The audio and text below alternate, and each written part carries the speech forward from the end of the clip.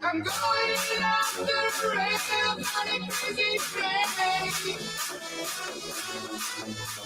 I'm going off the rails on a crazy train.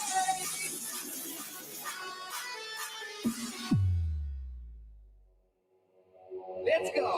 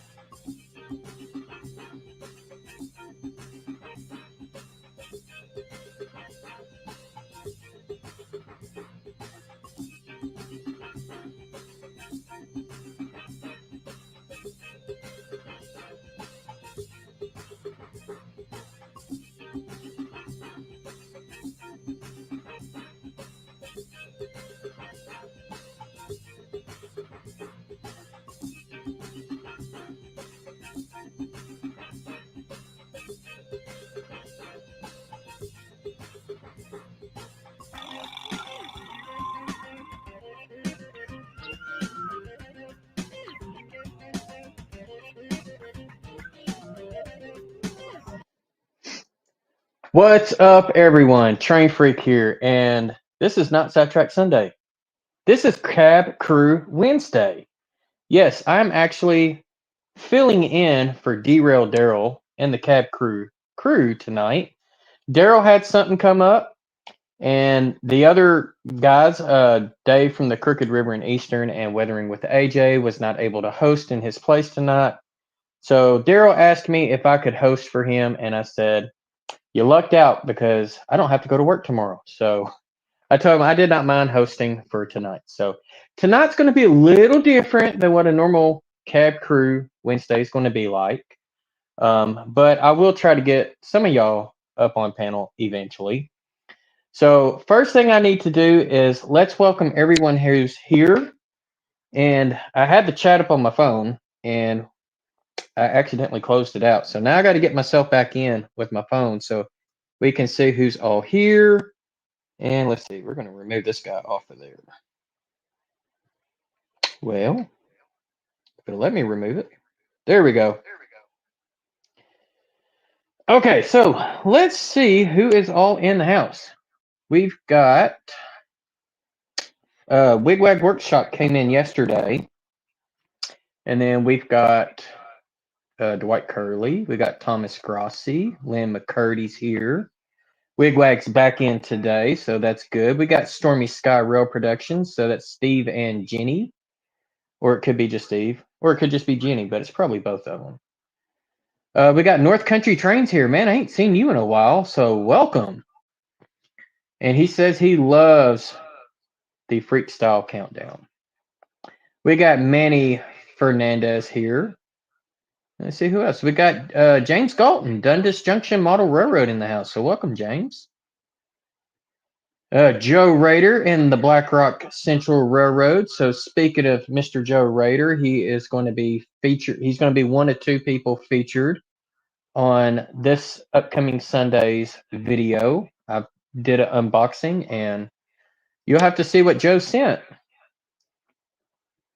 And let's see, who else we got here? Hey, we got the Mom and Son Train Rail Fan. So we got Mom and her son, Ray. So welcome, guys. We got BNSF CSX Bob in the house. Man, that's a mouthful. And Martin Sierrasma's here. And so Stormy Sky says both are in the house. So that is awesome that you are both here. So tonight, we got Risdon and Rome Model Railroad of Fostoria, Ohio. So welcome, Risdon and Rome. So tonight's show is going to be kind of basic. Let's see, I want to put that right there. I got my tablet here so that way I can do things. But I have a locomotive, and this is not my locomotive. But this is a customer's locomotive that has asked me to install Soundtrack's Tsunami 2 in it. So that's what I plan on doing tonight. Ian, Lehigh River Subdivision, welcome. So I hope all of y'all can hear me pretty well because I'm actually using a new microphone for the first time. So let me know if you're getting any echo or anything like that, and I'll try to troubleshoot as we go. Rick's Railroad, welcome. This is kind of a newer setup than what I'm used to. I'm going to actually have a couple of cameras, but I got my tablet sitting here so that way I can do scene changes and stuff. Normally, you would see my production. I'll be over here on the back side of that sheet of plywood, and that's where my actual computer's at. Thomas Grossi says, I sound good, so that's awesome. Stormy is saying there is a little bit of static. I don't know how I'm going to fix the static issue. That could be a internet issue, possibly. But literally on the other side of that sheet of plywood that you can see on that stud wall is where my computer's located, and I'm using Bluetooth headphones. So the computer over there is running everything, but I've got cameras and stuff all remote. So let's go ahead and get started. So let's do this. We're going to hope this here works. Oh, how about that? And let's go back to that. Just, whoa, that's not what I wanted. There we go. Okay. So like I said, we are going to go ahead and work on this here locomotive. So the first thing I need to do is make sure I get the soldering iron plugged in because I am not going to get very far. You are really loud, Dwight said. Dwight, you probably got your volume all the way up. So turn your volume down, Dwight. So that way it doesn't sound like I'm yelling. There we go. And we can always adjust the camera as needed. There we go. That's a good spot.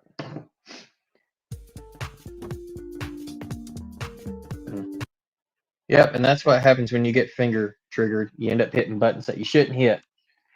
So SCL 1970, hi train freak and everyone, welcome. All right, so Lynn McCurdy says you're going to put all of that stuff in that little engine. Well, I'm going to put this guy. So this is the decoder. I mean, it's very, very flat. So that shouldn't be too bad, right? And let's see, we got to have a speaker, right? So here's a speaker. But wait, we're going to put in another speaker. So 2 speakers. Hey, Pappy's in the house. He can't chat right now, but we're on the big screen, so that's awesome. So Pappy says hi to everyone in the chat. We got Corey in, so what's going on, Corey? All right, so yes, we're going to put all of this in here. And if we can get it all installed within time, we'll put it on the layout and see what it looks like. Like I said, I've got the PTZ camera zoomed in right now, zoomed in right here where I want it to be. So, but yes, this is what all we're putting in here. And just to state that this video is not sponsored by Soundtracks, or this live stream is not sponsored by Soundtracks. But with my company, Train Freak Hobbies, I am a Soundtracks authorized dealer and installer.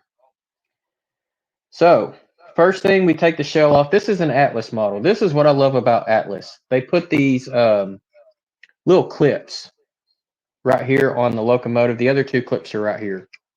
And so all you got to do is just pop it off. Just be careful not to break the handrails. So we're going to set this guy off to the side because I don't need him for a while. But we're going to look at and see where could I possibly put things. Well, we're going to put the decoder here in the middle. And we've got LEDs already there. So, and they look like they have resistors. So that's going to be very helpful. So I'm just going to put the same LEDs back on it. I'm not going to, he told me not to go crazy, so I'm not going to install like LEDs in here like I've done on some models. This is just going to be a basic install. But I'm thinking as far as speakers go, these mini cubes should fit perfectly on top of the trucks. And so we'll get sound on both sides. Elated, welcome. Daryl's page sent me here. Hi, y'all. So when he says the word y'all, I know he's a Southerner like myself. So welcome, Elated, to the Train Freak channel. All right, let me make sure I didn't miss anybody else. Split Rock is here, so welcome, Thomas. And we got Arty, Ausmerica Model Railroading here in the house as well. And Randall Ellison's here, so welcome, Randall. And I think that might be everybody. So Split Rock says he wants to try Minikube. Hey, that's what I put in a lot of my locomotives. And let me show you this real quick. I did an operations session not too long with this guy here. Okay, y'all can see this locomotive is a lot smaller than this Jeep7. This is a Stewart Baldwin VO1000. It has 2 of these mini cubes in there. So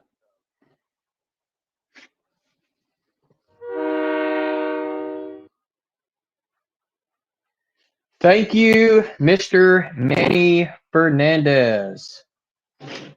Very, very, very much appreciated. So have a great show. Well, we're going to try to. We'll see. So Randall's saying he's got a couple of Atlas U36Cs that have burnt out bulbs and we're replacing with some LEDs that he got off of eBay. That's where I get my LEDs. You can get them really cheap off of eBay. I try not to get the ones with the resistors because sometimes it's just easier for me just to pop my own resistors on there. And some resistors that they come with are not even strong enough. So doing these installs, you definitely want to use 1000 ohm resistors. So just keep that in mind. And the chat is moving on me. So there we go. I think we're caught up. So thank you, Manny, for the super chat. Very, very, very much appreciated. All right, so the first thing I'm going to use is some tweezers to pop these here clips off. And I will not be saving the clips. Or they will not be going on the new decoder. And so the ones that I'm popping off first are the ones where the rail pickups or the truck pickups are located. I'm going to leave the LED on there for now. There's no reason to pop those off. Boy, and some of these are on there good.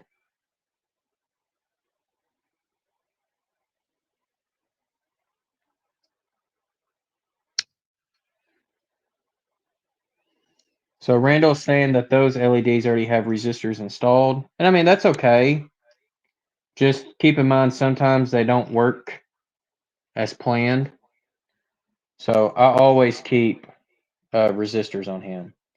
Now, one of the things I just noticed is that this decoder here does have the 8-pin dummy plug here that I could put like, like one of these, these style of decoders here, which would be a TSU 2200. But to keep it looking nice, neat, clean, we're going to use the PNP boards. They always do a better job. And the PNP boards also have more functions. So if he wanted to come back and say, hey, I want you to add step lights or truck mounted lights or, classification lights, the PNP boards have more lighting functions than what the TSU 2200s do. Now, if he wanted to go Bluetooth, with the new Soundtrax Blue Nami, which is basically Tsunami 2 with Bluetooth capability, right now they're only offering that in the decoder type that looks like this here, the standard, 9-pin plug decoder. And this is actually a Digitrax one here that I yanked out of a previous model. And I just saved those mainly for the wire because I end up using the wire. All right, so we've got the motor wires unhooked. We got the truck wires unhooked. Now we're just going to pop this one off and set it to the side. All right.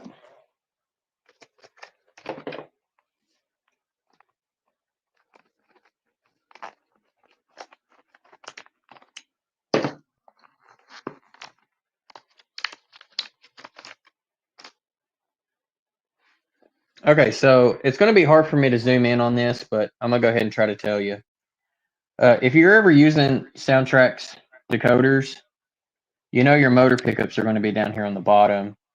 All your lighting functions are going to be on top.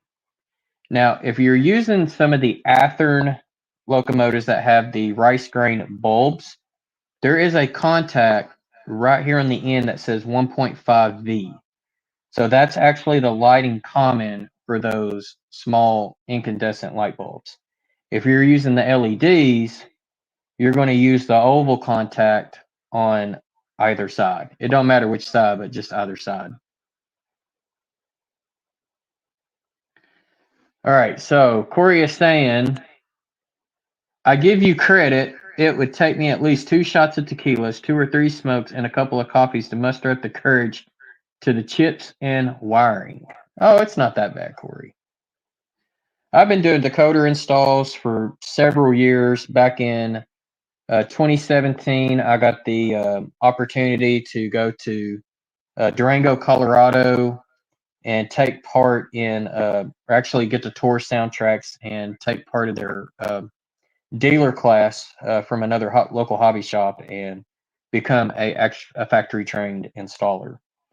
And since then, I have made good friends with some of the people at Soundtracks. Okay, so on the bottom side, this is where it tells you which is the front and which is the back. And mainly you're looking at, you know, the lighting. HL for headlight, BL for backup light. So HL, now I know which side is the front. So for me, the front is going to be like this. Now the funny thing is the motor contacts were on this side earlier.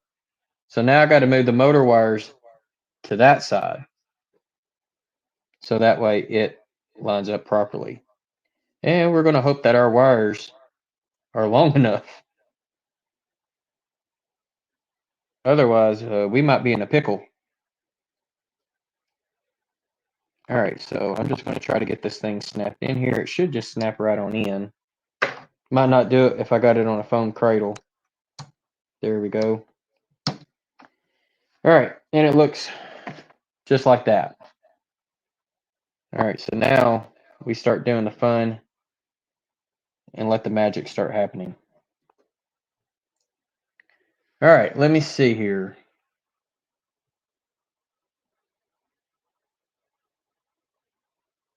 So Randall is saying that he watched the Soundtracks video on advanced consisting locomotives, very helpful. Tried it on his Walters mainline PA1s, worked like a charm. Next up is Athearn Genesis BNSF FP45s. Now, Randall, the Walters mainline PA1s that you got, do those have Tsunami decoders, Tsunami 2s, or ESU Loc Sound? Because I do not think Walters went with Tsunami 2. I think they all had Tsunamis, which are their first generation decoders that they don't make anymore. And quite frankly, is junk compared to the Tsunami 2s. Well, Corey, man, I'm glad. I'll give advice anytime. You know, all you got to do is ask. All right. Nice thing to have is good flux. This is stuff that George recommended to me a long time ago. It's called Alpha OM338. And it comes in these syringe tubes, but of course I don't have the syringe thing. So basically what I'm going to start doing is I'm just going to dump just a little bit of flux on the contacts that these wires are going to go in.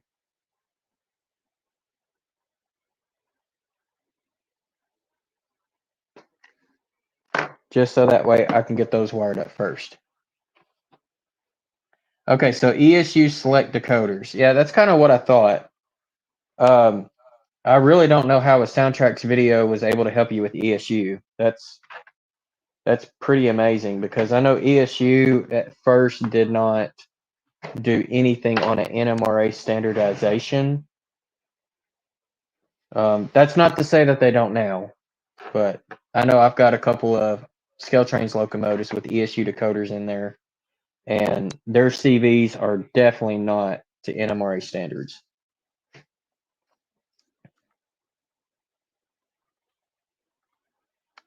All right, just getting my solder ready. Don't know if y'all can see my solder right there. Okay, so the advantage of a Bluetooth decoder.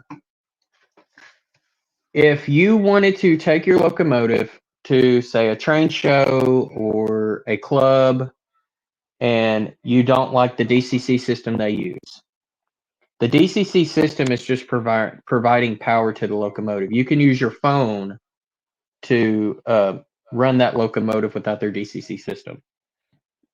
A cool thing about that is if you can install a big enough battery in the locomotive, then you don't even have to worry about the wheel pickups. You could actually run that locomotive on dead rail. if you go and watch my train show video of the first annual Conway train show, when I got to the Lego trains, yes, Lego trains, you'll hear there was sound inside those Lego trains, and they actually use Soundtrack's Blue Nami decoders in Lego trains, which was pretty cool in my opinion.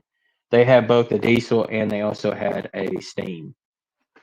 But you can control the Blue Nami decoder through a DCC system.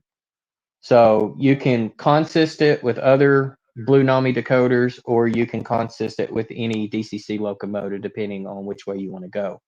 The first Bluetooth decoders that came out by Blue Rail, you could run on a DCC system, but you couldn't consist it with a regular um, DCC decoder, no matter the manufacturer. You just couldn't do it.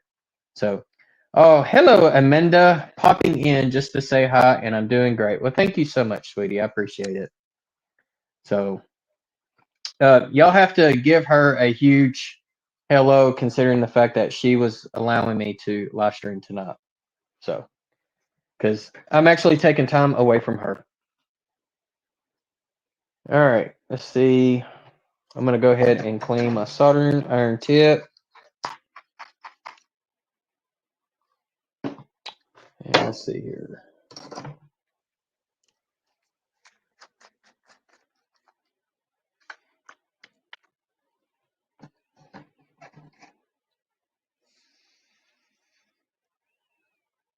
So this is so as beginners in the model railroading, and there is nothing wrong with being a beginner. I was a beginner once. And Split Rock, who's in the house, that is probably our only master model railroader in the community. I know he was a beginner once. This is a lot of wow for this mom, but we're trying to listen and learn. And hey, as long as you are trying to learn, that's all that matters. So that is all that matters. And the other thing that matters is having fun. If you're not having fun, then this is not the hobby for you. All right.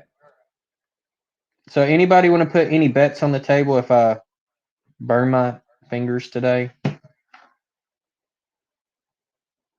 Speak now, forever hold your peace.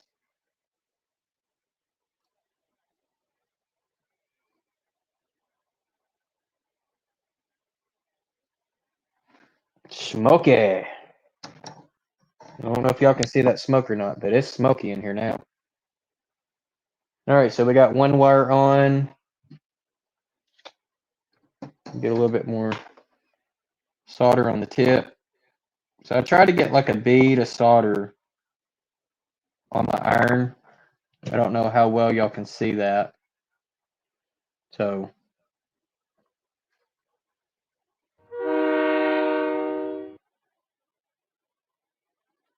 All right, for the burn cream. Amanda, I guess you're going to have to make a run to the dollar store and go pick up some burn cream for me. So thank you, JD, so much for that. Gripper rails.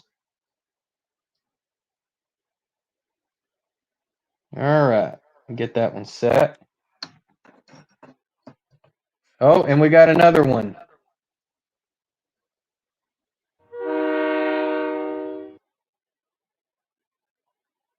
Thank you so much, Mr. Lynn McCurdy.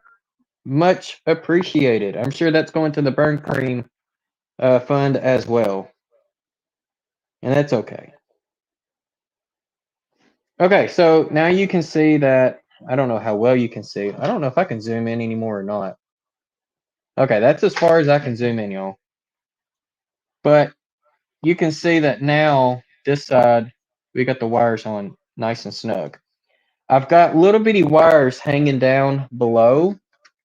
So having a good pair of electrical scissors, you can get these at Home Depot, Lowe's, or an electrical supply store. I like to go and I'll cut out the pieces of wire that are hanging, so that way they don't touch up on things like the flywheel or this chassis, which is metal. Even though it's painted, it's still metal. That is stuff that we definitely don't want the possibility to short out. Oh, and there we go. So Lynn McCurdy is giving that $10 for Amanda's coffee. So there you have it. So Amanda made some money tonight. How about that? Just let me be on here and stream. Amanda makes some money too.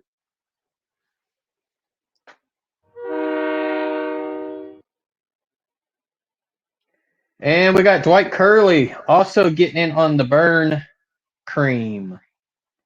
He says bum cream, not burn cream. Dwight, are you calling me a bum? Or is it because I sit on my bum all day long? All right, so Joe is asking if these decoders come programmed.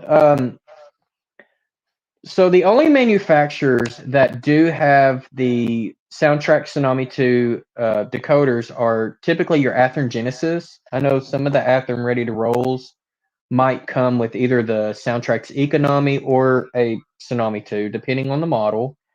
They will come programmed to Athearn's specifications. As far as these decoders, they do come with like default values. So there's already a default sound on these decoders. However, the beautiful thing about the Soundtrack Tsunami 2s is they have all the sound files you'll ever need. You just have to go in and change the CV value to change a different file. You don't have to have a special programmer to upload and download files off the internet to upload. So, and I mean, they have like over 100 different sound files. So this one here, this is the EMD diesel. Now, the thing about EMD is Soundtracks has two different decoders for EMD. So they have an EMD and an EMD2. And the only difference or that matters is the type of prime mover that your locomotive is using. So let me give you an example. Let's say that you have a tunnel motor, SD40T-2, which is an EMD locomotive. It is going to have most likely a EMD, I want to say it's a 645 prime mover in it. However, the SD45T-2, it's also going to have an EMD 645, but the difference is the SD40T-2 has a 16-cylinder prime mover, where the SD45T-2 would have a 20-cylinder prime mover. So just minor things like that as to what prime mover is it. Then you would have to choose if it's an EMD or an EMD2 locomotive. As far as the air horns, there's 40 different air horns on here. The packaging only lists so many, but you can go to Soundtracks' website and find the actual list of sound files that they have. Other things is the different types of bells. You can have custom bell ringing rates. So do you want a really fast bell? Do you want a slow bell? Just, things like that. All right. Now I got to get caught back up in the chat. Oh, we got Witchcraft John in the house. And yo, Captain Blackbeard. So Witchcraft John traded up the voodoo since he moved away from NOLA, or what we call Nolans, up to Boston. So I think you went up to Boston, right? Somewhere in Massachusetts? Or somewhere up in New England? All right. Let's carry on. So now we're going to do this side here.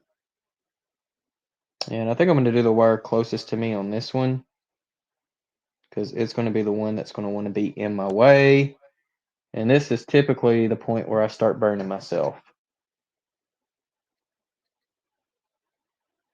All right, got a bead of solder. And I'm just doing this to kind of hold my wire down.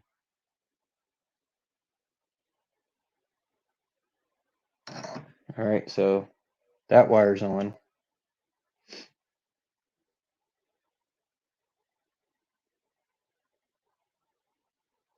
You gonna play nice?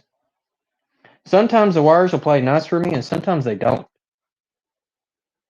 So it just depends on the wire.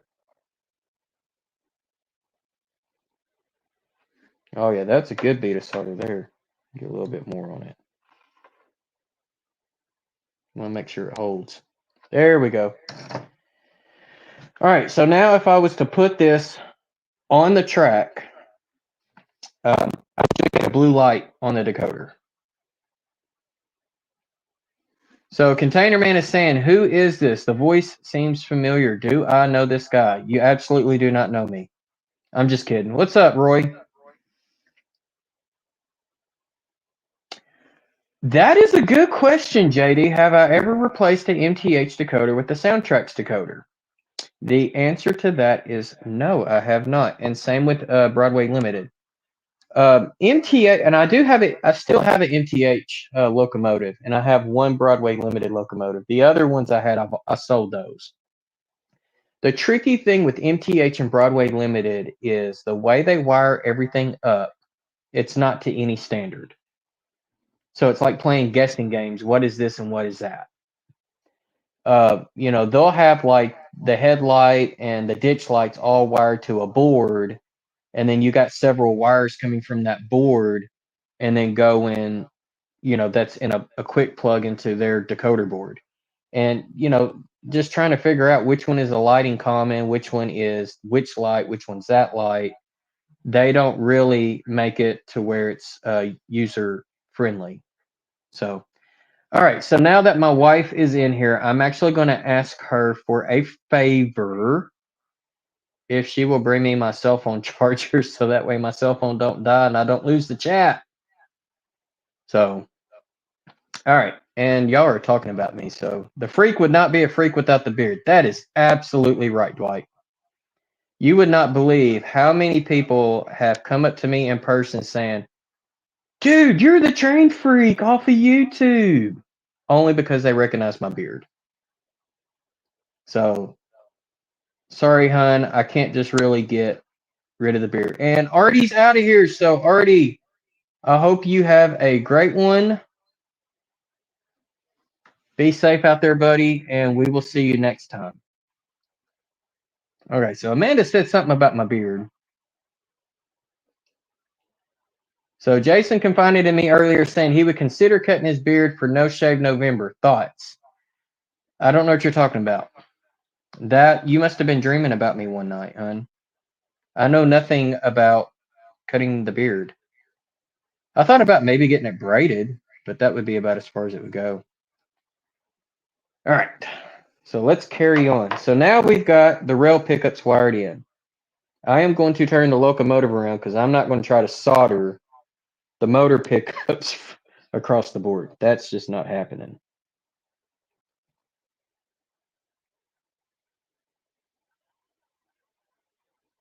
Okay, so let's see here. All right, so I'm going to hold that wire down. And actually, before I do that, I'm going to take a quick little intermission so I can get this phone hooked up. So hold on just a second, y'all.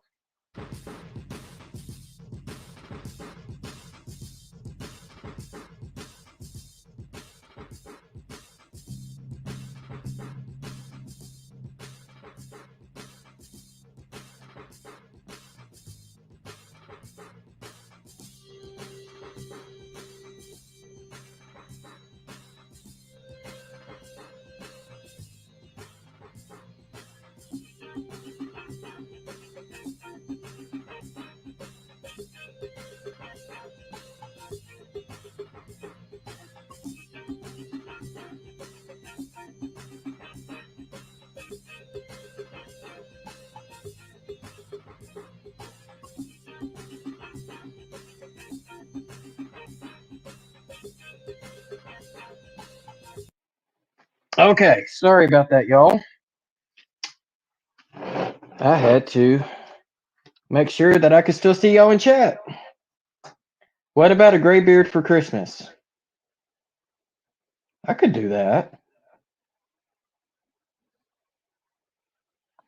Y'all know Christmas is coming up, and you know what Santa Claus's favorite scale is when it comes to model trains. And for all you N scalers out there, and O scalers, S scalers, G scalers, Z scalers, all of those narrow gauge people out there too, double O, you name it. Santa Claus ain't helping y'all out. Don's head says in scale. Well, I mean, every time Santa Claus laughs, he always says what his favorite railroad scale is. Okay, so we got that wire soldered in. It's HO, HO, HO. At least with y'all O scalers, you got it half right.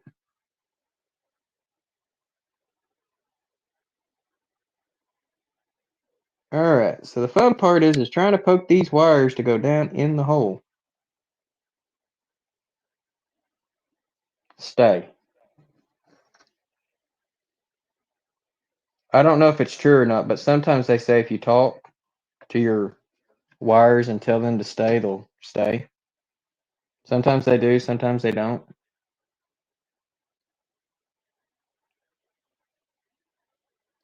Woo! That's warm. No, I didn't touch the soldering iron. It was the wire that got warm. Randall, you did more than just go to the dark side. Now, the real question is did you get any cookies out of it?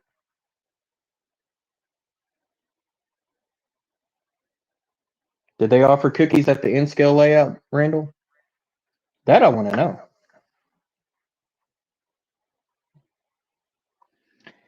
So if I changed out their decoder for soundtracks, would I still have to wire it backwards? So, JD, what do you mean by wiring it backwards? I'm just curious.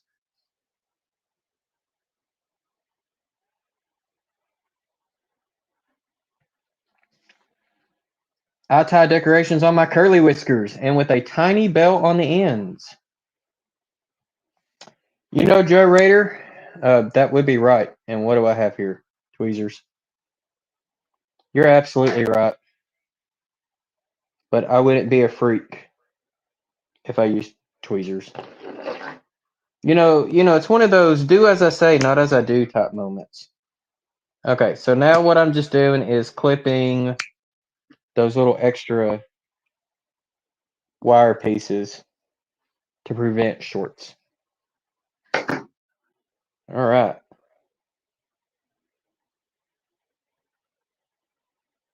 Okay, so now the fun part's fixing to begin.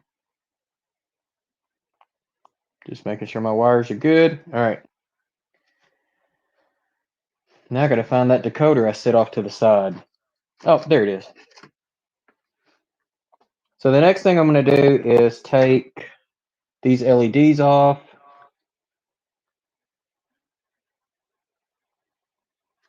Okay, hold on. Let's see here. So backwards, the throttle turns up the lights, not the motor. Oh, MTH uses a negative common. So the best way to explain it, JD, would be whatever side your resistor is on needs to go on the oval contact, which I think it's a negative common as well. I could be wrong. But I typically put my resistors on the side that has the oval contact, or the common side.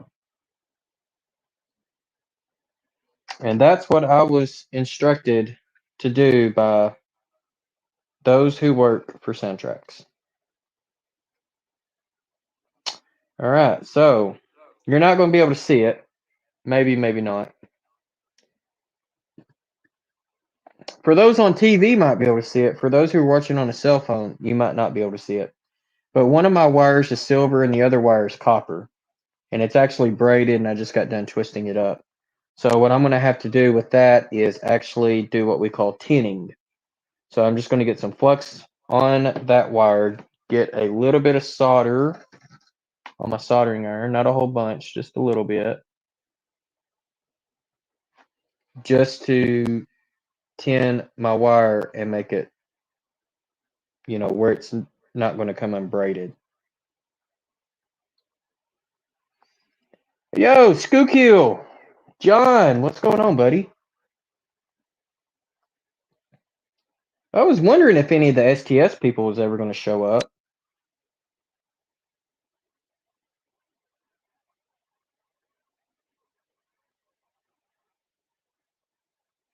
Holy smokes. Daryl.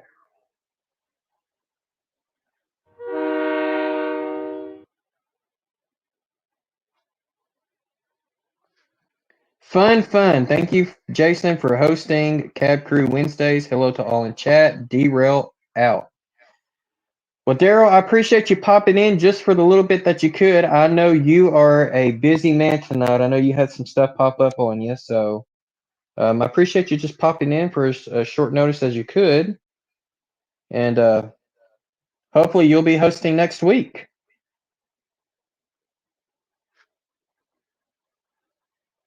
Yo, Mike, Real Artist, what's going on? How did I miss you from coming in? All right. Next thing I'm going to do, we're going to go ahead and start one LED at a time.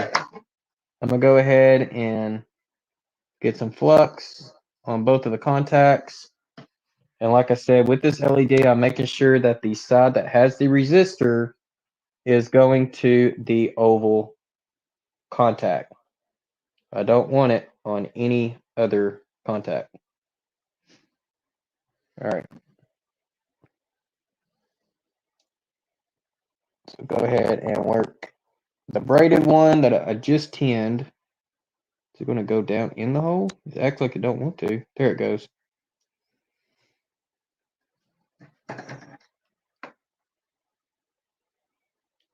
Get a little bit of solder.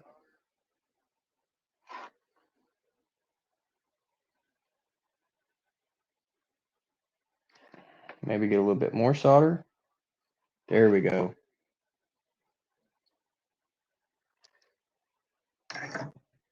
Let that harden up. And then we'll poke this one down in the hole as well.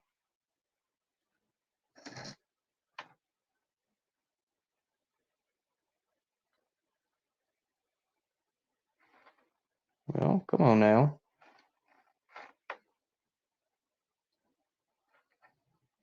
It's like my tip don't want to pick the solder up. Just wants to fold over. There we go.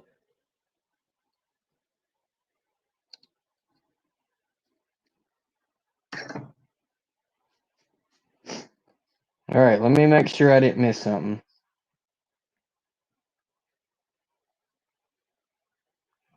So I wonder how long it would take a Class 1 locomotive electrician to install one of these. That would make a cool challenge.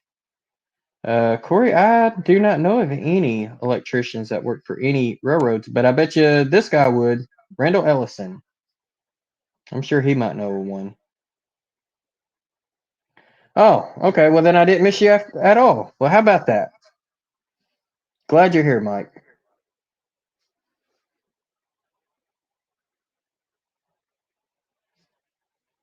Okay, so number 2, I forgot to get pictures, but I saw a street sign with your railroad name. What railroad name was it? Because if it's John's railroad name, that would be the Upper Marion and Plymouth, the UMP. Not many people know that, though. But now all y'all do.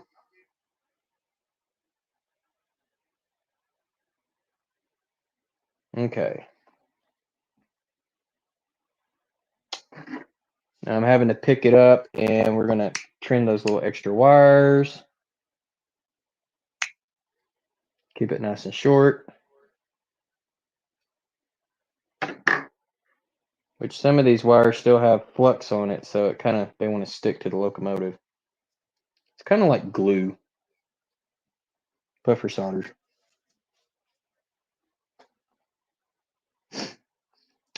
Not true, Thomas. This was actually a DC locomotive. So it just comes with practice and years of experience. Like I said, I've been doing this for a long time.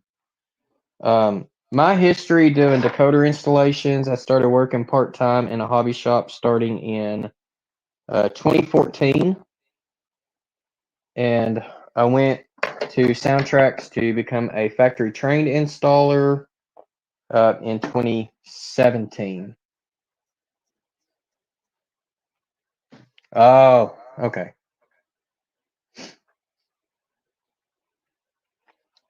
So speaking of the ump, I don't know how John feels about my ump boxcar getting tagged the way it got tagged. Y'all get to see that. That's the other thing you'll get to see on this Sunday's upcoming video on my unboxing is I got a boxcar back from They Make It Like That.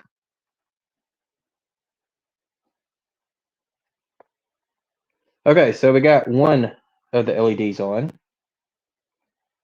Now we're going to put the other LED on. I got to find, oh, there's my board. It's hidden right in front of me.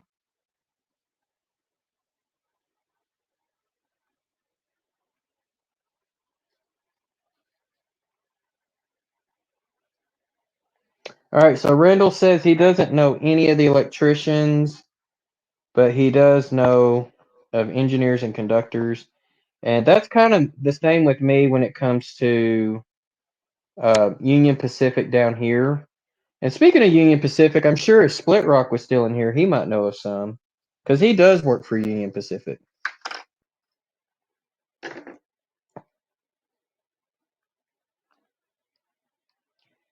Yeah, John, I think he did an amazing job on that car as well. I was really stoked when he came out with the video on it. You know, as he did it, and it's kind of funny how he thought he was recording, and I guess his camera stopped or something, and so he didn't record how he did one whole side of the car. But just the type of work that he did on the one side that he recorded was really cool.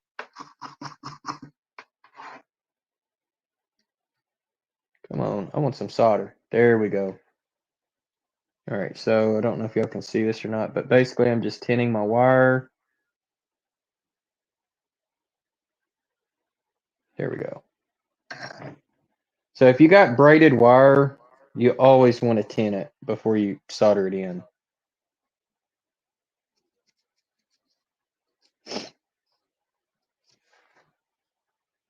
Audio is a bit choppy.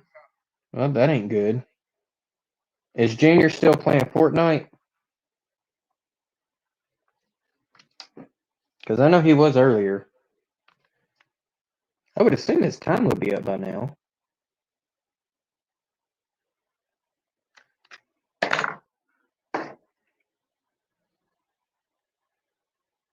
Frank, Steeler fan, 820. What's going on, buddy? Ain't seen you in a hot minute. All right, we're going to solder this guy here in first.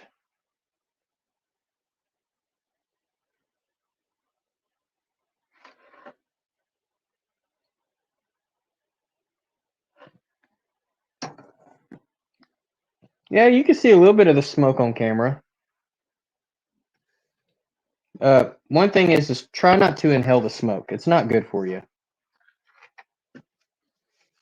Oh, so y'all watching that movie is probably what's causing my audio to be choppy. Because we have internet TV. Unless it's a Redbox movie, then I don't know. We really don't have the best internet service for our area. That's one of the down perks of living in Arkansas out in the boonies. You know, ISPs do not like to go into. No, it's not the blue smoke, Roy. But ISPs or internet service providers, they're not a fan of going into rural communities and servicing them. So, all right. So the cool thing is we just basically made our locomotive look just like we received it. Now we got one more job to do. And that is installing the speakers. All right. Bluetooth may be the problem. It shouldn't be. I don't have Bluetooth on my phone. So it could very well be.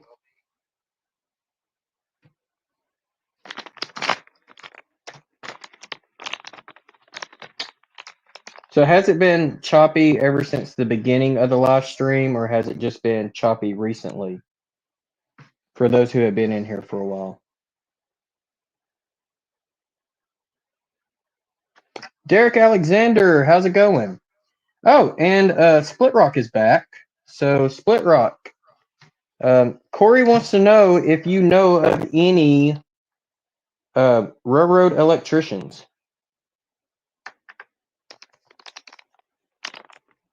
Okay, so Thomas is saying it's been choppy on and off. It's got to be the internet connection.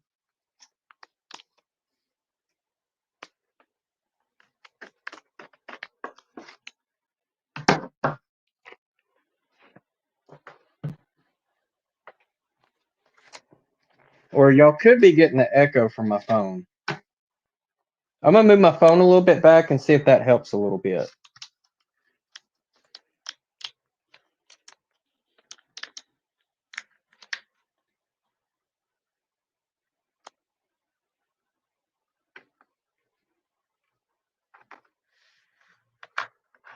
Oh, really? I didn't know UP contracted that out.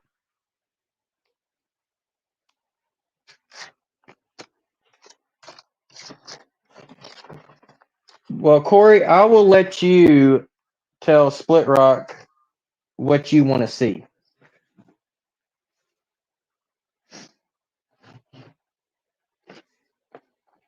Signal maintainers, would those be the same guys who also work on grade crossings?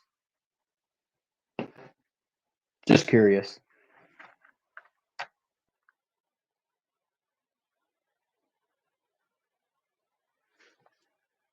See, now it's going to be tougher for me to keep track of the chat because now my phone feels like it's a mile away. So me moving the phone away, did that help with the choppy audio, or mainly the choppy mic?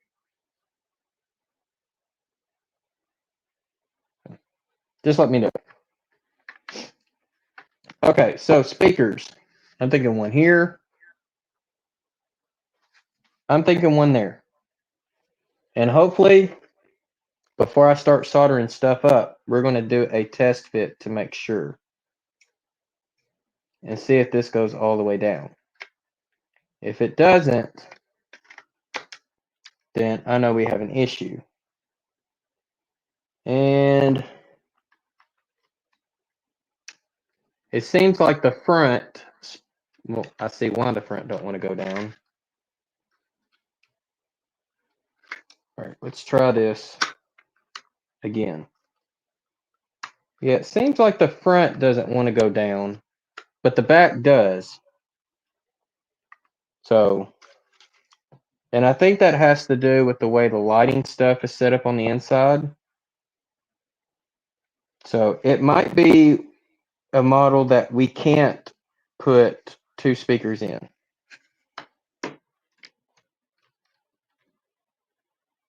I don't know if I'm going to be able to put them side by side in the back. Sometimes I've done that.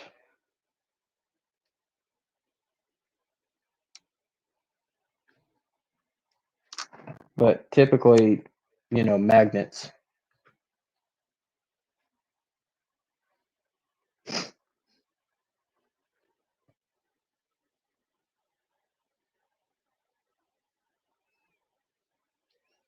Yeah, I could see that Split Rock. Definitely much longer wire. Okay, so this one here is going to be a no-go. So I think what I'm going to have to do on his locomotive is just do one speaker. And that'll save him a few bucks. The sound quality is not going to be as strong with one speaker versus two, but it's still going to sound good nevertheless. So it is what it is. Like I said, some models you can get two speakers in. Some models you can't without milling. And the only, well, ooh. So the problem that I'm seeing on this model here is it's forcing the truck. I don't know if you can see that, but it forces the truck down on the backside and up on the front. So that's not going to work with the mini cubes. And what it has to do with is on the inside, it's got this clear tubing on this side and this side. And so that way the LED can light up not just the headlights, but it also lights up the number boards too. And so he didn't want me to go on a full overhaul on this model because he's trying to save a buck or two. So as far as sound goes on this one, I'm probably going to have to get with him to see exactly what he wants me to do on this one. So I'm not going to be able to finish this model today as far as sound goes. But what we can do is we'll put it on the track and see if make sure it tests and it works. So let's do that.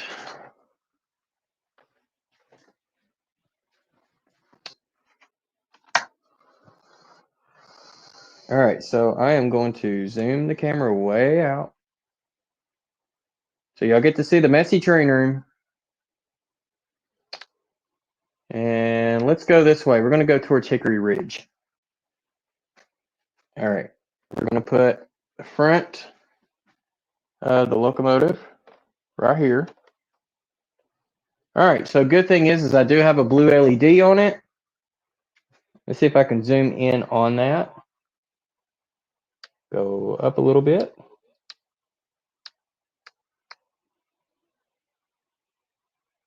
Yeah, the train room was actually a lot messier than it is now. Okay, well, you can't see the blue LED on it, but there you go. So unfortunately, we do not have sound in it now. I'm going to have to talk to my customer on it, see which direction he wants me to go. But let's see if we have a headlight. Oh, we got a light. All right, let's see if the directional light works.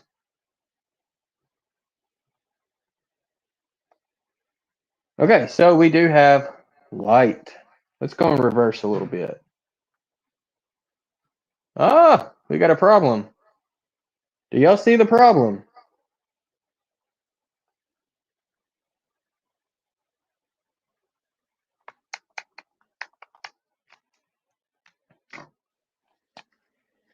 So you would have thought that Atlas had the red wire on the positive and the black wire on the negative.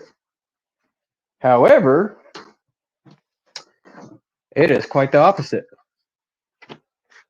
So yeah, that is one of the options, Joe. We could flip the motor wires. Let's see here. I'm going to see if we can zoom back on us. It might take me a minute to get my camera down. Let's zoom out a little bit. Might be able to do it in this way.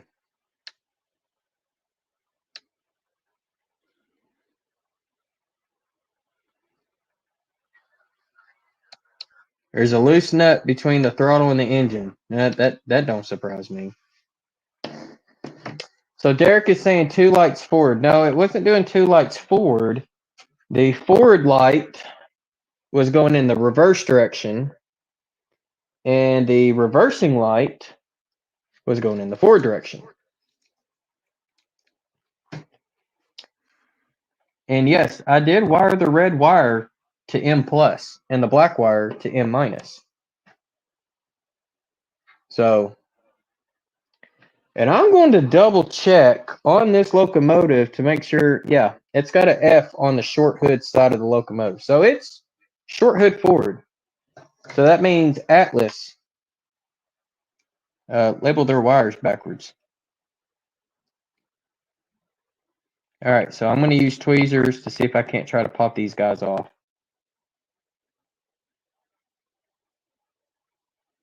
All right, so there's my black wire. There's my red wire.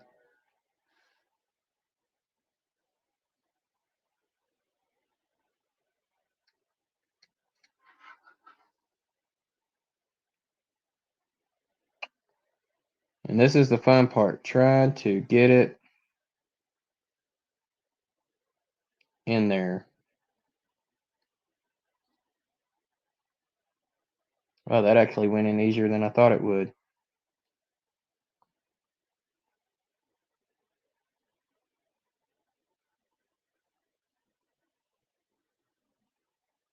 Okay.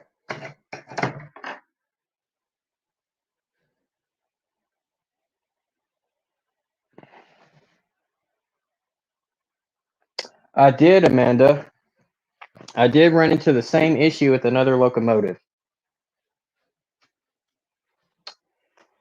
All right, we're going to do this. We're going to put the shell back on. Why? Because we can do that.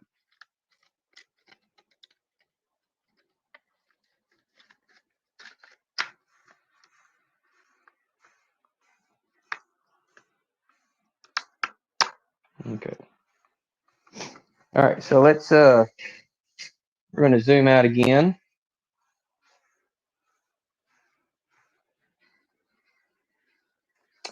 And let's see, we're going to go back over to Hickory Ridge.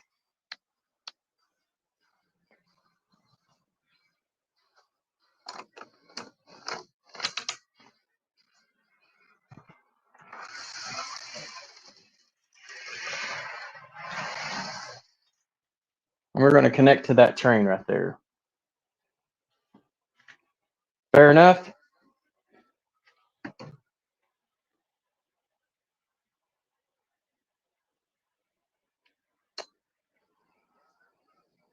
All right.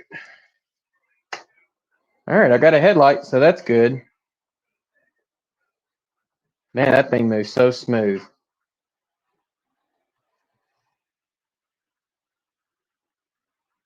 It'd be nice if I had sound in there, but like I said, I'm going to have to talk to my client to see which direction he wants me to go before I can proceed. And dead spot on the track. Gotta love it.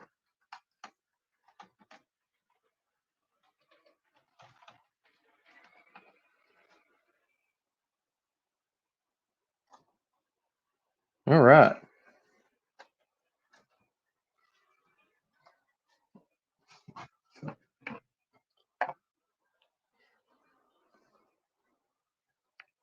So there's going to be a couple of YouTubers possibly recognize some of these cars on this train as it goes around. So let's see if anybody can recognize some of the railroads. Hey, Michael McCarville, man, I ain't seen you in a hot minute either. Welcome. And we got Possum Bayou here too. So I'm curious if we can see what these cars are. Oh, Witchcraft John is on TikTok? Oh, Lord. Let me see if I can slow this down. Yeah. The two yellow ones should be very, very familiar. But I don't know if you can see it very well or not. Let me go down. How's it gonna let me go? It won't let me go down. Okay, well, let me back it up.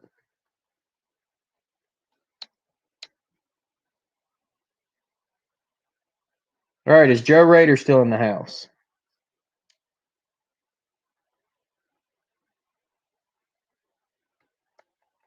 Well, thank you, Michael. I appreciate it.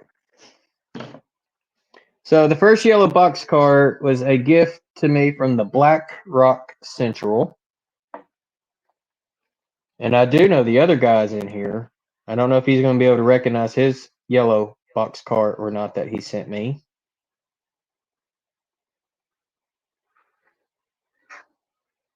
Man, look at John calling them out. Split Rock Mining, that's it.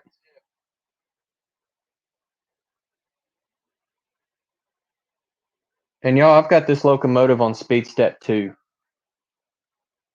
There's speed step 1.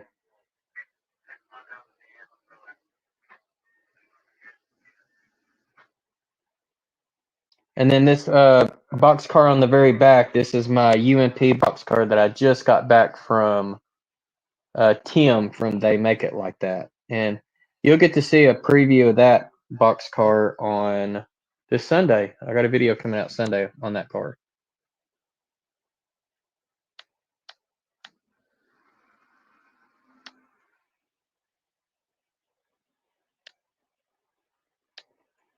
So there's a train sitting on the balloon loop. So I'll let y'all know how big that balloon loop is. Yeah, engines should move on step 1, especially if you're using magnets for uncoupling.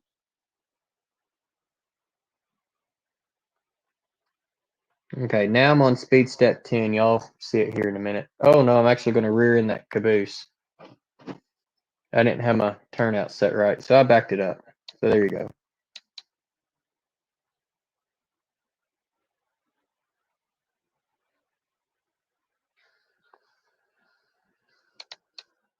So a lot of people are like, they'll put a decoder in a locomotive and they're like, it doesn't run super smooth at speed step 1. And it depends on the decoder you have in there. I mean, yeah, the motor plays a factor in it too, especially if it's not, lubed up and greased very well. But it does play a role. But the decoder plays the overall role in it, because the decoder is what's controlling the motor.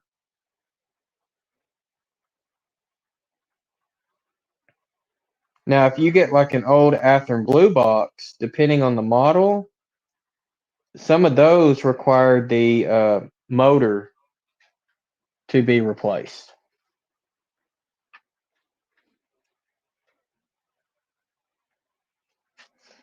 So, yeah, that'll get you fired running into the caboose. Absolutely. Well, I almost did it. And right now, I'm just running at a speed step 10. To me, that's like a good speed step. Like if you're doing like yard switching or, typically I'd running a road switcher if I'm just doing switch outs or yard master, things like that.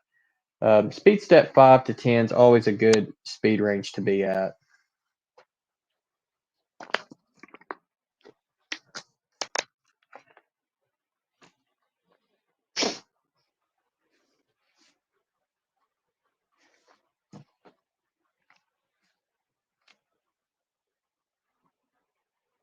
But this guy here also didn't want me to do a full program on it. I think he wants to program it himself, and that's fine too.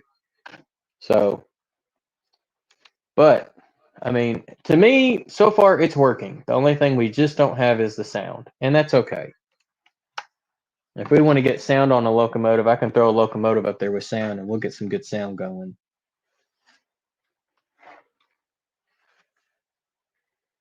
So 187th HO scale steel mill modeling. Welcome. Don't know if I said hi to you yet or not.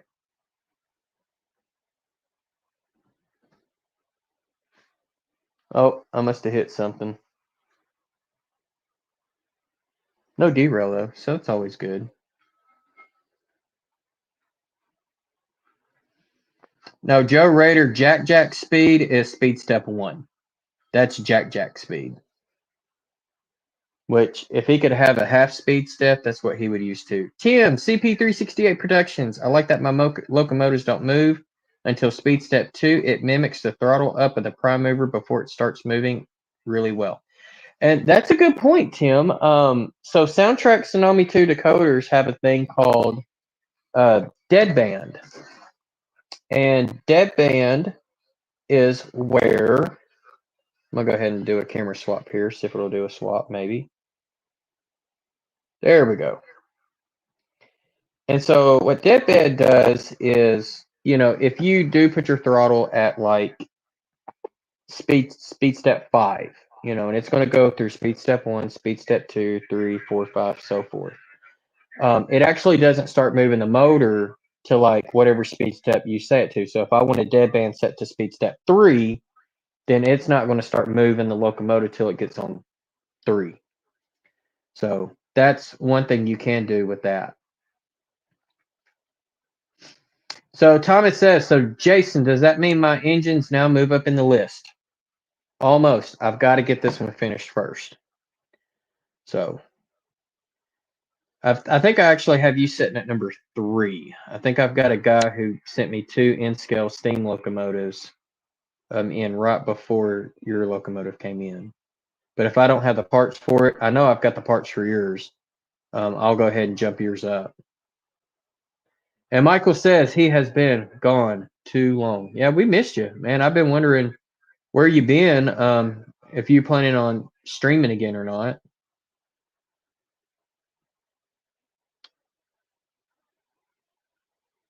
All right, so kind of a smaller crowd tonight. So I can show you this, and Split Rock will appreciate me for this one. So this is some of the other things that I've been beginning to solder. Let me turn my soldering iron off first before I burn her up. Make sure I clean the tip of it first. And for those who don't know, I bought this thing here. It's a tip cleaner. You just jab it in there and it does like a really good job of cleaning the tip. It came with that. It came with this rosin flux. It came with the tip thinner and stuff. I bought all that from Harbor Freight. It was like 15, 20 bucks. It was real cheap. So if you think decoders are fun to solder, they're not as fun as soldering these. So this is something that I've been getting into right now.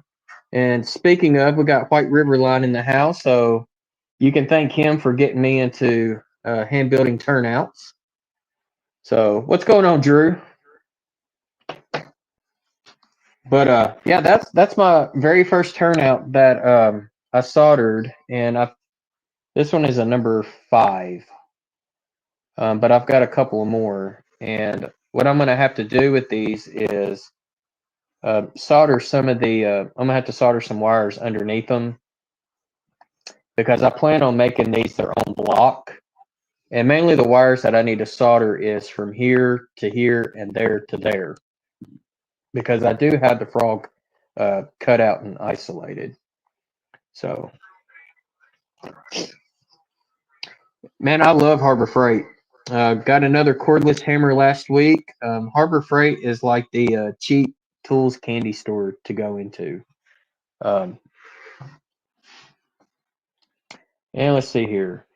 And White River Line is working on his video for Friday, so expect a video on Friday from White River Line.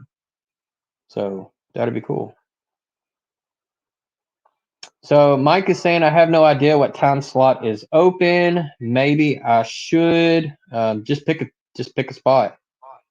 I don't know what's open, what's not open. I would just go. Let's see what else is happening.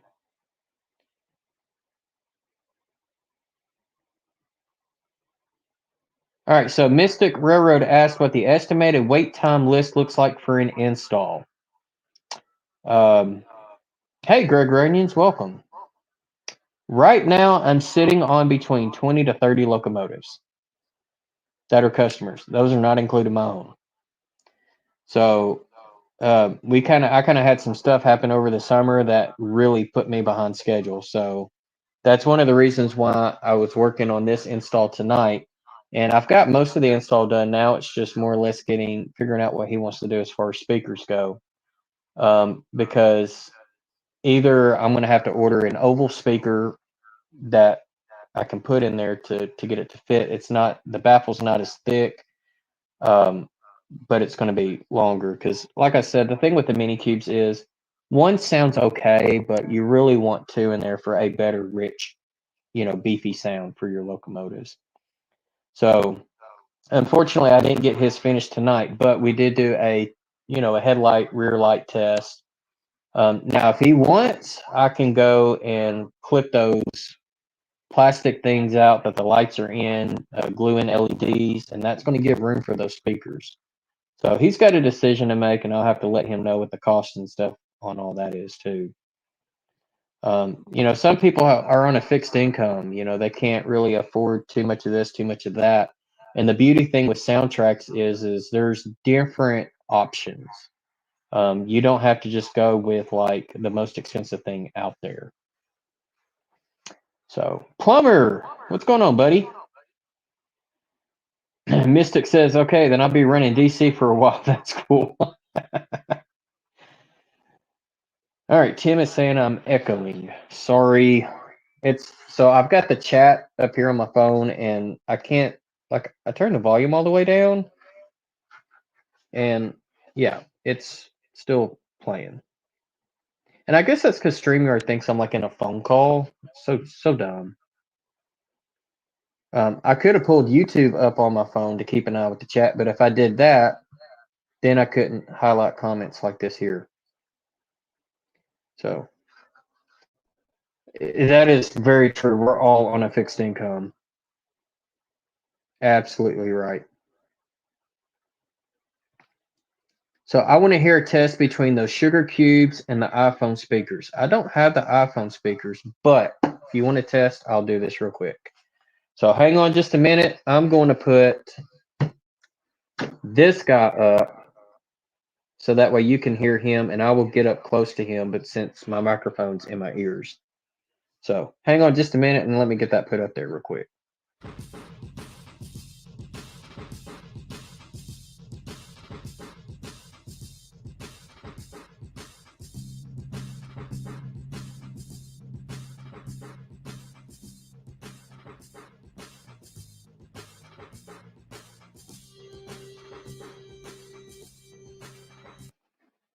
Okay.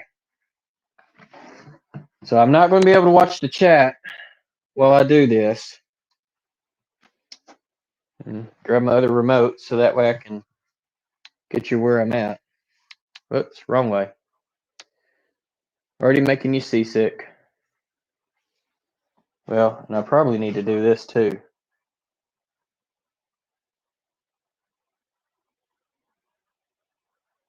Is it going to swap? There it goes. Okay.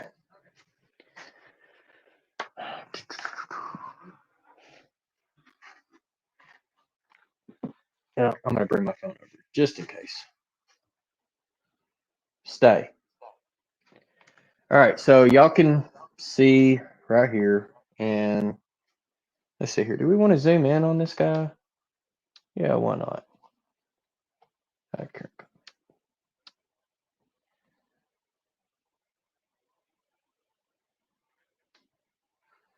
And let's bring it.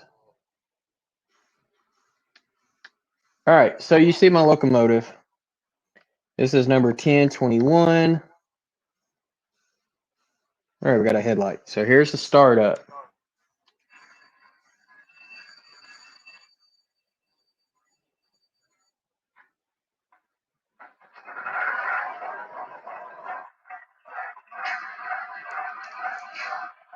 So I hope y'all can hear that very well.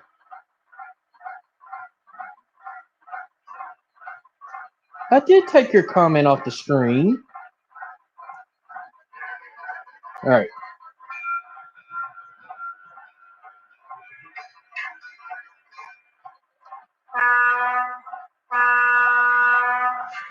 Split Rock, those are the Soundtrack's mini cubes. There's 2 of them in this locomotive.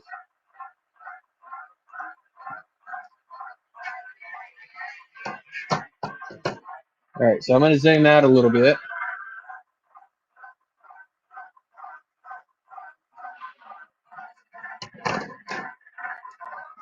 And this one actually has momentum on it too.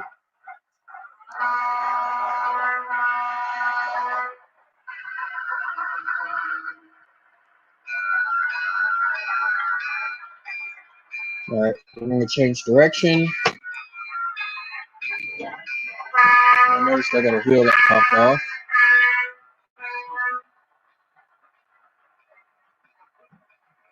Arlie Delights, just stopping in for a short while to say hello. Hi, Arlie. I hope you're having a good evening.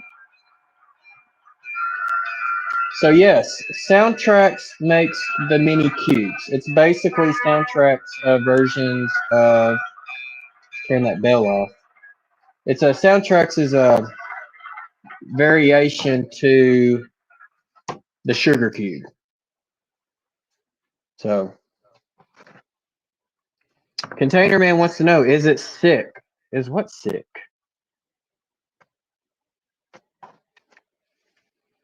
I'm not sure what you're talking about, Roy. Who's sick? All right. Please elaborate, Roy. Whoops, wrong app.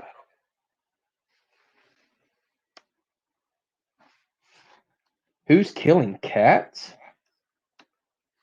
Man, I'm totally lost in the chat now, man. Y'all are crazy. Talking about killing cats and somebody being sick.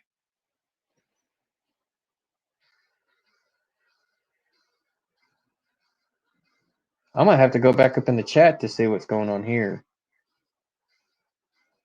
Yeah, Heath will need a ladder to see my layout. Absolutely. That's until I build the bottom layout, so he might be stuck. I might put him on yardmaster duty, so that way he don't have to go to the top level. So Elated said, I finally finished my schoolwork and now I can watch in peace. Well, you missed most of the action then.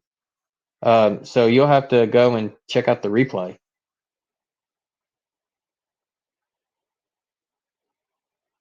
All right. Can I buy mini cubes from you, or is there a 6-month wait? No, I mean, you could buy them directly from me if you wanted to buy them directly. I do need to put in an order for some more mini cubes too. So I do have these two here. I don't know what he's going to want me to, if he's going to want me to use them or not. They're about 15 a piece. I'll tell you this: whatever you see on Soundtrax's website, you take 20% off, and that's what I sell it for. So I'm pretty competitive with the brick and mortar stores.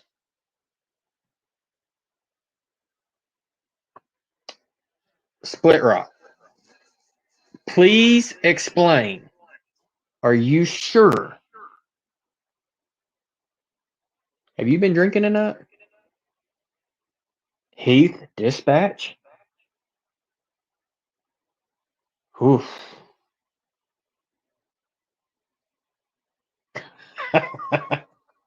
Absolutely. So cat killing sounds comes from bagpipes. All right, Don Head is saying, I think they're judging the horn selection on your loco. Some of them sound more cat killing than others. So you have to think the horns that were used back in the era that I'm modeling, 1958, single chime horns. They don't sound pretty like your horns today. It wasn't until, well, I mean, the mid 50s is when they started going to 3-chime horns. I don't think they went to 5 chimes till like somewhere in the 60s. So, but you know, at the locomotive you've got, if it's only got a single horn on it and not multiple chimes, then you don't need to put a multiple chime horn on your decoder sound. It might sound pretty, but it don't sound what the locomotive looks like. High Plains Drifter, welcome. Brick and mortar store would be like your mom and pop store. And Witchcraft John is saying cat is great with sriracha. Yeah, that's that stuff y'all did down there in New Orleans, man. I don't know if I'd want to taste cat. Yeah, most engines had one horn and it made a goat blat sound. So that horn on that one, I think, is a Wabaco. I think it's a Wabaco. E2, A2? I can't remember. It's a Wabaco horn. All right, Stormy Sky, y'all have a great night and take care and be safe out there. So,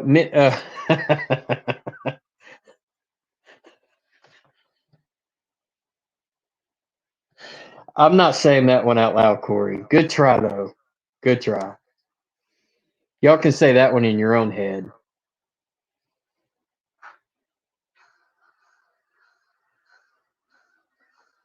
So that's very interesting, Split Rock. It's crazy because like here in Central Arkansas, 10 years ago we had 3 stores. Now we're down to 2, and one was in the one that closed was in Mableville, which is southwest Little Rock. The 2 that are still left is Jacksonville, and the other one is Bald Knob, which is where I typically go most of the time. But when I look at someone like Flying Crow, he lives in Longview, Texas, which is just as big as Little Rock. It's not far from Waco, which is bigger than Little Rock. And then, of course, Shreveport's not very far away either. He has no hobby shops in that area. His closest hobby shop is in the Dallas-Fort Worth area. It's insane.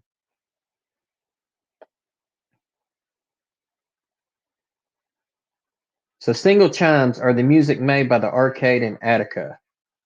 I think that was music made by a lot of railroads. Yes, the Nathan P3 is a beautiful sounding horn. Today, a lot of people freak out over the Nathan, or is it Nathan K5LLA is what a lot of people like.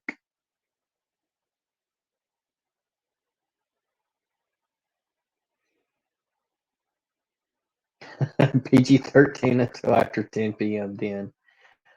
So, Split Rock, does that mean those are on the other side of the pond if they were in attendance would be rated R? It's after 10 o'clock there. Yeah, I see Joe Rader saying he's got to go to Pennsylvania to find a hobby shop. Maryland doesn't have any. And I bet you that's the same case for Ray, too. Nathan K5LA is loud enough to move bears off the track. Yeah.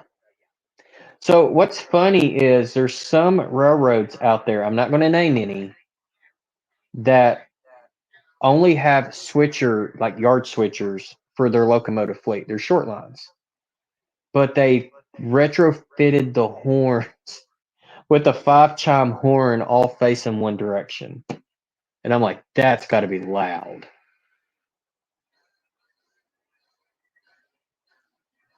Yeah, K5HLA too.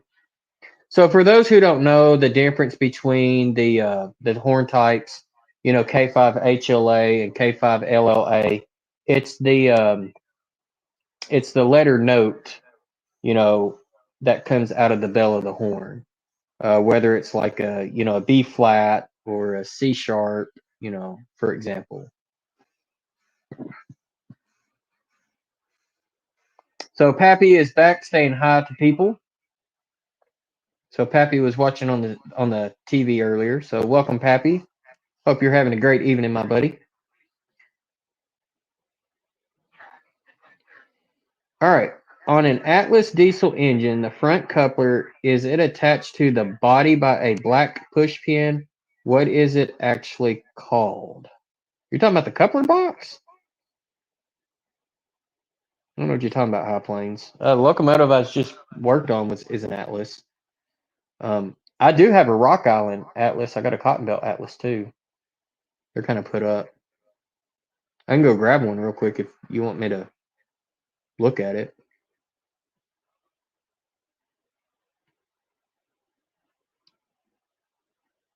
So I've seen that, Jason. There's a couple of BNSF-9s with that arrangement on there, all bells forward. So let me go grab this locomotive, and I'll tell you where exactly it's located.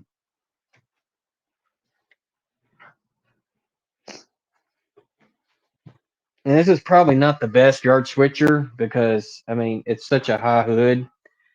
But what they would have is right here in front of the window, all 5 bells facing that direction. And no horn on the back. So it's not like it's on top of the roof. It's in front of the cab above above the hood of the locomotive. Oh, do we got Pappy back to 100%? Okay, so look up old photos of the Sioux Line SD40s. They put the horn on the slanted portion of the cab roof above the engineer's window sheath. Deaf engineers after 100 crossings.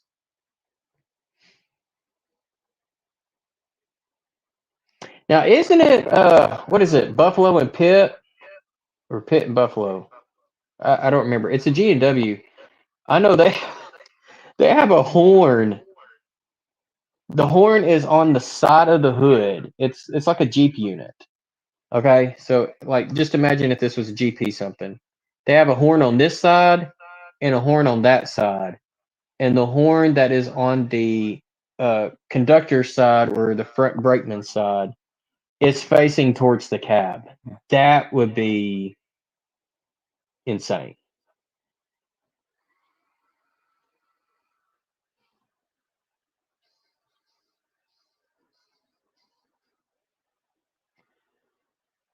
Okay, so cost extra to put a tsunami. Okay, now see, John, you got to clear that up, because if you mention tsunami, that is the first generation decoders that sound like crap.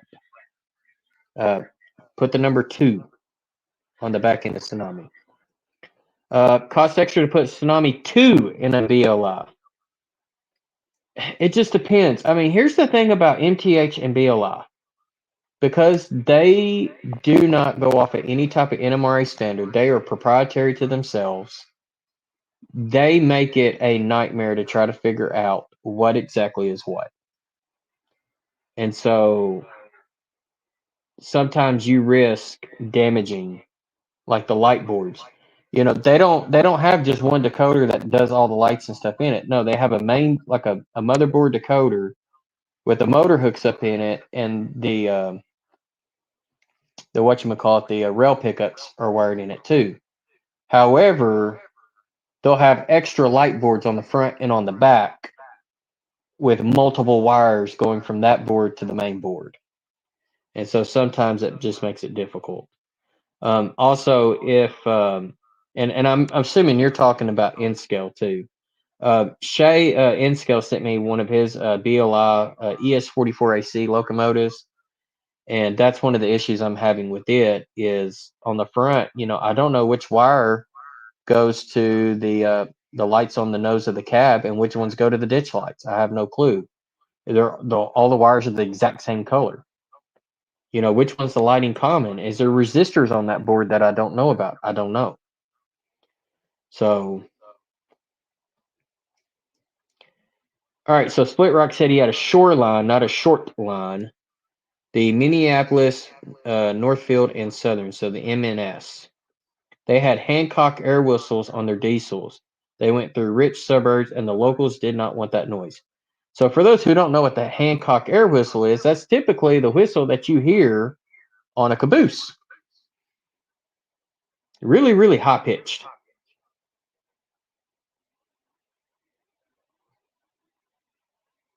Push pin, yeah, that it could be called a push pin. Typically, your push pin would be inside your coupler box. It just depends on how that model is made. Okay, so you could beat the poop out of people with that new secret weapon you got on your arm. Not sure what you're talking about there. Okay, so, and I've fallen behind on chat. That's just horrible on me. Okay, let's see here. GW buys locomotives like they're at a yard sale. Whatever that last guy had on the engine is good enough for them. Yeah, GW has been replacing a lot of the locomotives for the short lines in our area that they bought. I know Jawtooth caught a Arkansas, Louisiana, and Mississippi Jeep. I think it was a Jeep 28. That was actually an Ashley Drew a Northern Jeep 28 before that. And I think they sent it off to either sold it to another railroad or whatnot, but G&W replaced it with something bigger. Yeah, BLI sucks. Oh, and RSD 15, those are so cool. The railroad I model has had RSD 15s, but that's the era I'm modeling.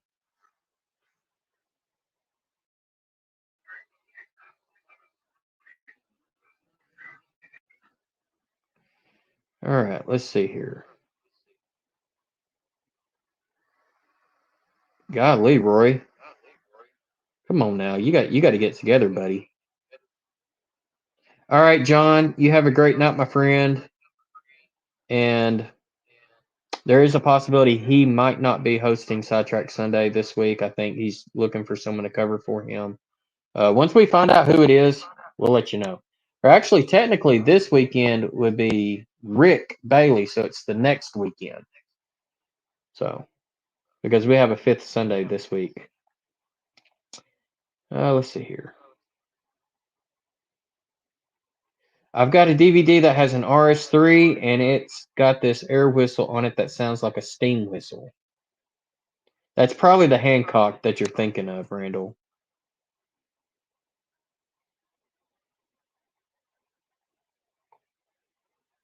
Yeah, they did. Cotton Belt had a lot of RS3s. Nasty, nasty horn. Oh, White River Line's going camping. Yeah, I'll be camping this weekend too. Or glamping. I went camping last weekend. We had our district camporee this past weekend. And the weekend before that, I had Order of the Arrow Pilgrimage. And for those who don't know what that is, that's all Boy Scout stuff.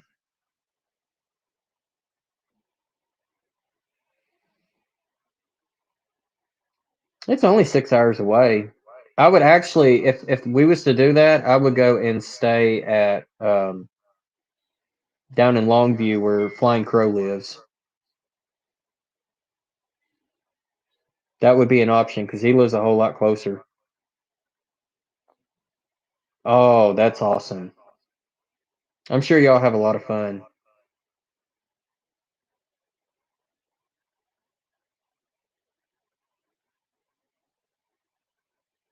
So, Randall, are the RS3s moving forward or backwards?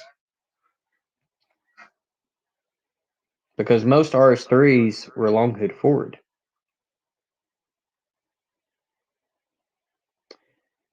All right, so we're on here for a little bit.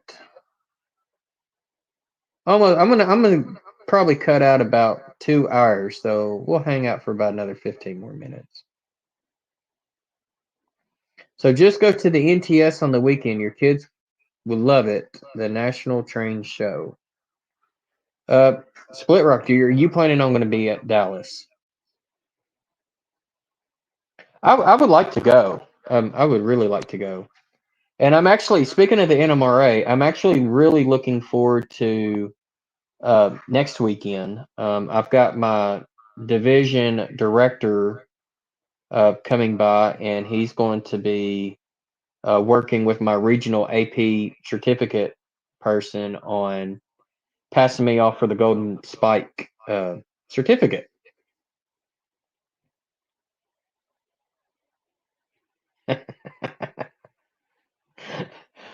An out of tune trombone.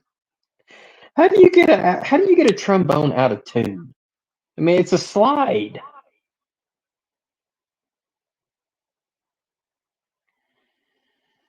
Yeah, it is hot, and Arkansas ain't much better.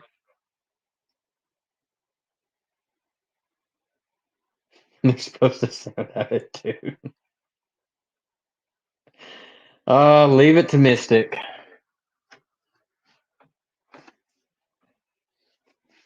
Wah wah wah wah.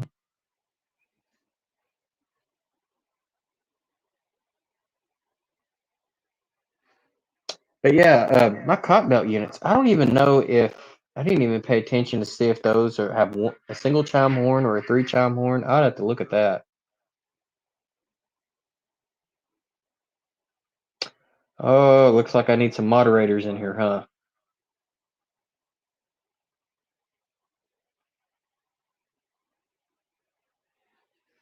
So it shows them moving in both directions.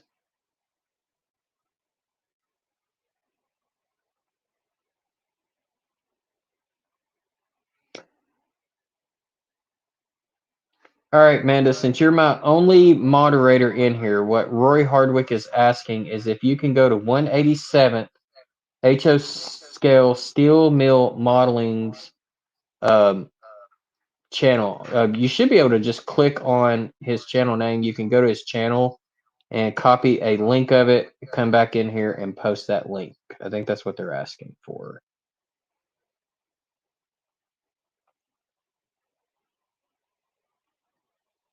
Yeah, you better, because even the air going down the road does not feel good.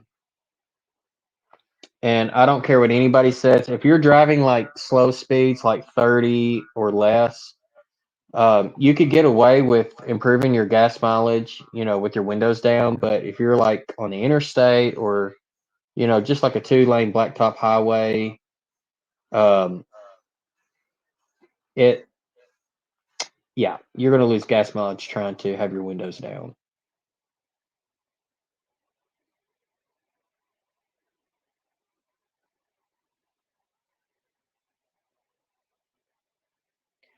Oh, are you thinking Watco?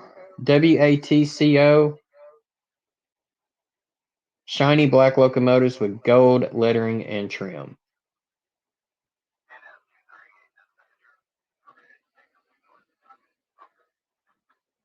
His name is Tony. He makes HO scale cranes.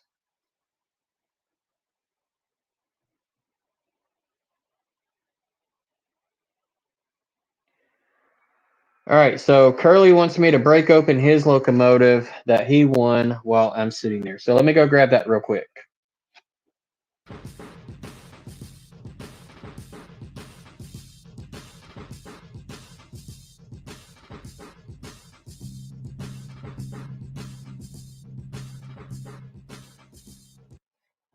All right, just for you, Dwight.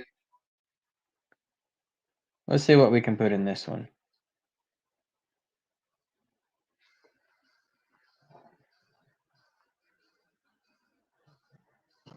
And see if I can set my phone off.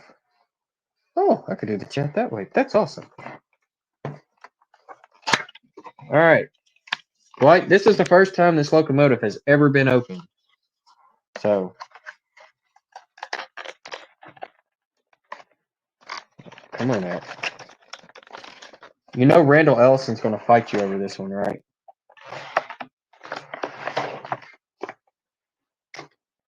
Only because it's a pumpkin.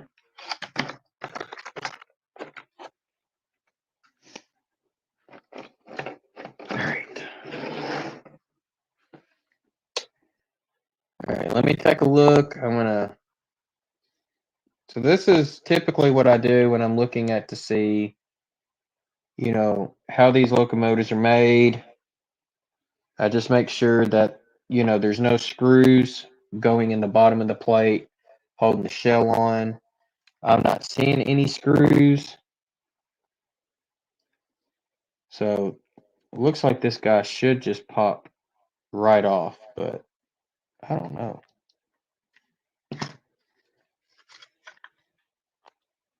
Well, you would think, unless there's maybe something under the fuel tank.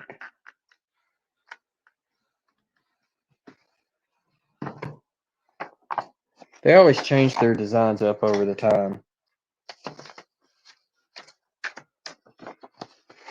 Schematics.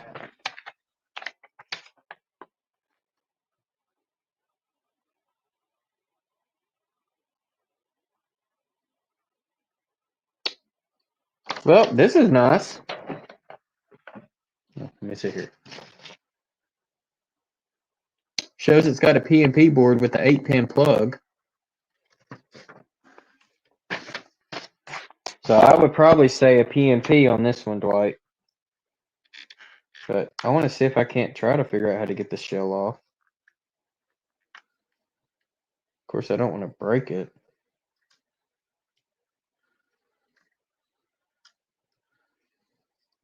Like, I don't see any screw holes or anything, so how is that even on there?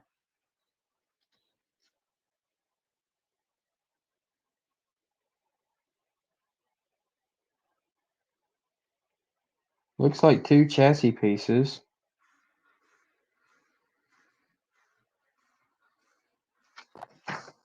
It says the shell should just pull right off.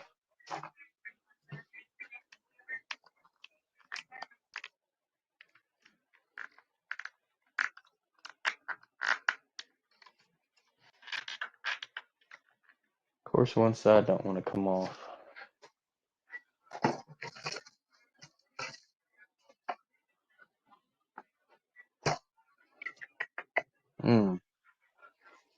Okay. I don't see my screwdriver set. Oh. There we go. So I'm assuming these two screws here, one there and one way down there, is what's holding that shell on, I would assume. So, Gerald Eames, welcome. Mopac trains. Yeah, I got a Mopac unit. All right, so SCL saying, I've been using AnyRail to design my track plan, but come across over turnouts, it seems. I don't know if I had the same lane Pico number 5 together for crossovers for code 83. I will tell you, as far as AnyRail goes, fast tracks are in their database. And so I'm actually going to make a few minor changes on my layout now that I'm doing my own turnouts. All right, hide that one.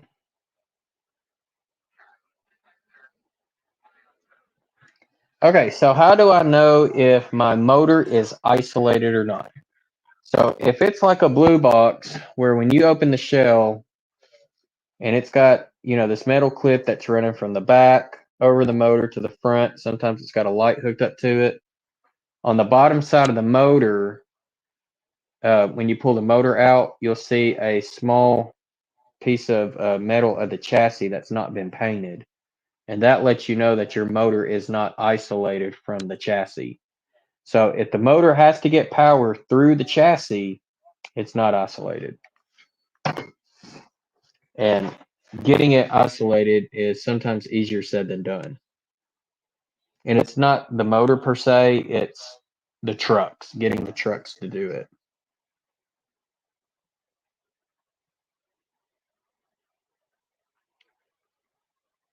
All right. So Tim is saying I had the same problem with my Bachmann. No screws under the trucks. No, there's no screws under the trucks. None at all. And like I said, this shell doesn't want to budge, so I'm thinking it's those two screws there. Let's see. Oh, there's my screwdriver set. Of course, all my screwdrivers are not in it. Ugh. So let's take a look at that.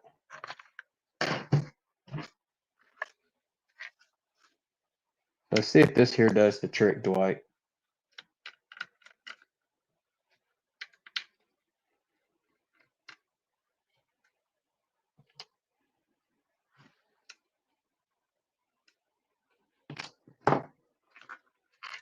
Ha ha ha!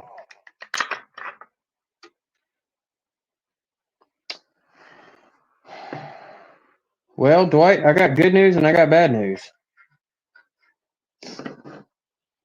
That is what the whole inside of your locomotive looks like. And Split Rock, the exploded view did not show those two screws. And if it did, I overlooked it.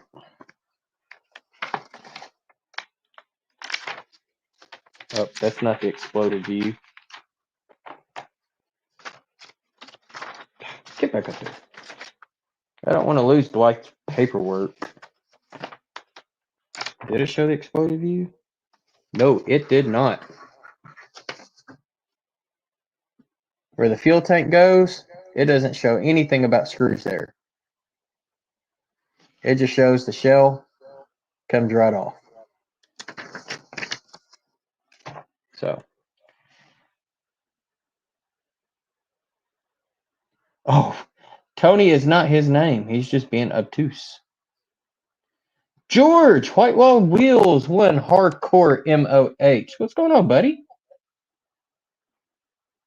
So yes, I've only got one Mopac locomotive. It's over there.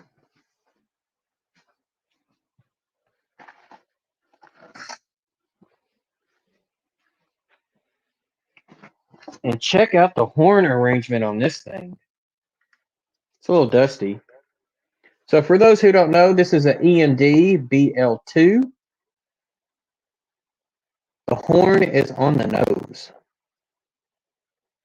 Not on the cab, it's right there on the nose. And then it has another horn right here. So that's my only Mopac locomotive. It's a Lifelike Proto 2000. So it'll eventually get sound in it one day, but it's going for an area of the layout that's not even built yet. So that's why I'm not in a rush. All right, Pappy, have a good night, buddy.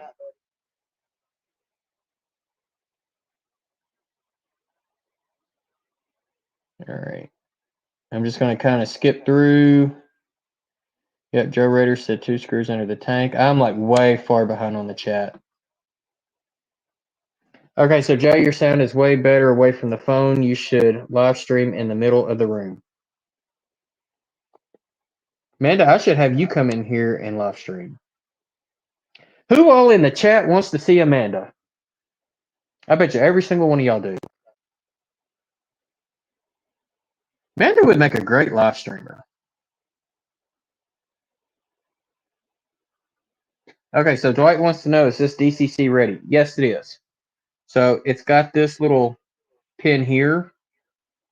And, I mean, we could use that there.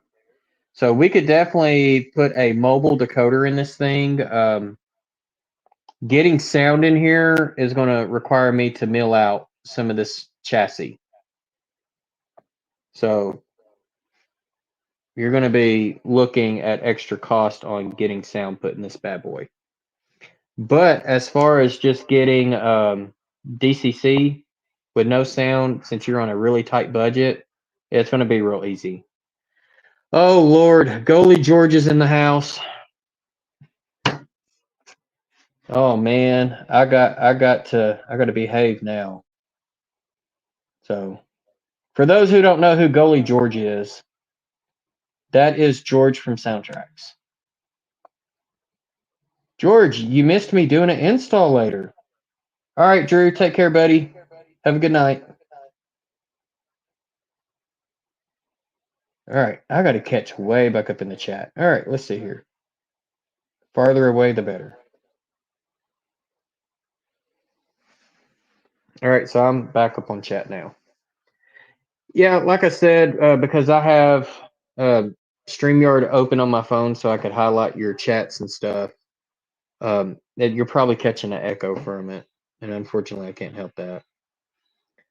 So, but yeah, Dwight, if you want me just to do a mobile just DCC mobile on this one, that shouldn't be too terrible. If you want me to put sound in there, it's gonna be a little extra on the labor portion of it. So, and that's because I'm gonna have to cut out some of this chassis here. Well, right here. So that way we get a speaker in it. So it is a nice unit. So I'll get with you later on that one, Dwight. For the time being, I'm just going to go ahead and put this back together so we don't break it. Try not to break it. And putting this on right. Yeah. It's like one side don't want to go in. What's preventing it from going in?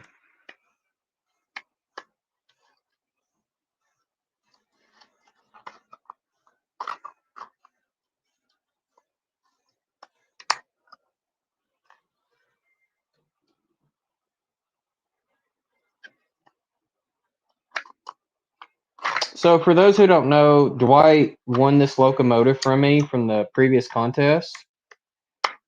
And so it just depends on, what Dwight can afford. What's in his budget per se.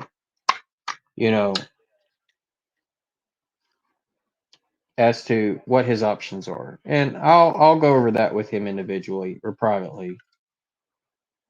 So for those who want to know what my services prices are, you can go to my website, trainfreakhobbies.com.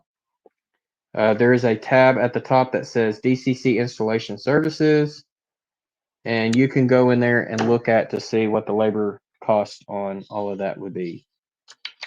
So if you're interested. Okay. I got it back together, Dwight, just for you. All right, George. Have a good hockey game, buddy. I will get in touch with you later because I do need to put an order in.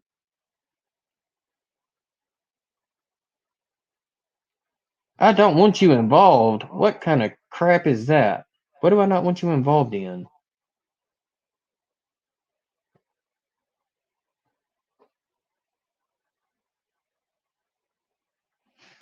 I agree. I straight up agree with that one.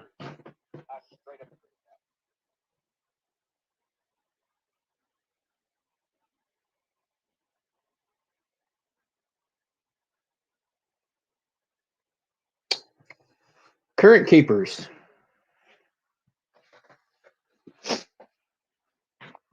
Let's see here.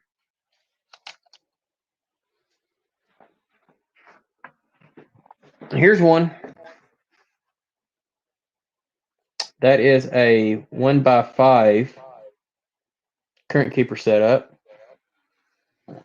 And the cool thing about Soundtrack's current keepers, they have the little plug on the inside, which is really cool. But I've gone away from using current keepers.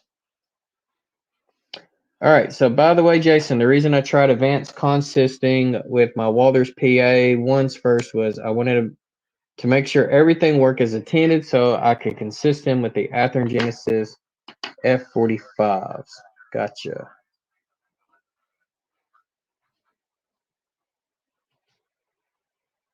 That's up to you, Split Rock.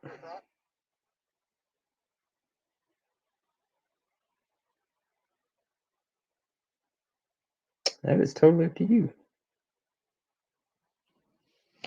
I just use a Dremel and I cut out. There you go. Here's the thin blade. So that's typically what I use. This is a thin cut 1.5 inch easy lock. So there you go. That's typically what I use.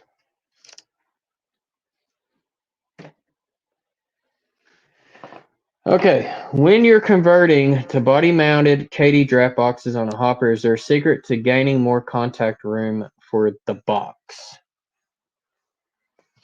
Split Rock would probably be the best person to ask that question. Thanks, 187. Like to see one. Does Jason have one? Does Jason have one what? What do I have? What do I not have? I don't know. Yes, I had begged Amanda to be very involved in the hobby with me. And I know she don't care about running the trains. And that's fine. She doesn't have to run the trains. But I really try to get her involved on like scenery. Some of the things that she has been involved on is like, you know, color choices on some of my buildings and stuff.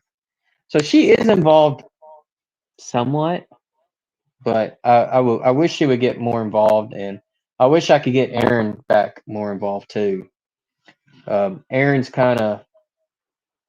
he's taking a hiatus from the hobby, but he still has all his stuff, and I'm not going to let him get rid of it.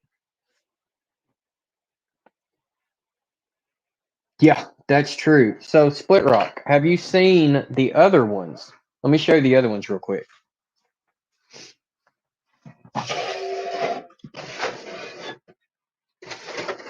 Let's see here. Is it in this one? I know I got them here somewhere. There it is. All right, Split Rock, just for you, buddy. This is a 2x3 configuration. Those are good for like a high-nosed Jeep, like a Jeep 7 that I was working on earlier. That's if you choose not to go, you know, 2 speakers. But what I'm doing is I've noticed like with my locomotives, they're always dying on the frogs of this turnouts. And so that's why I'm going to be powering on my frogs, which, like I said, my first custom turnout, the first thing I did was I wired or soldered a wire right under that frog, just for that purpose. So, cutting my rails, I do not use my Dremel. No, it is not a battery powered Dremel. I do have a battery powered one. It's over there. I don't feel like getting it.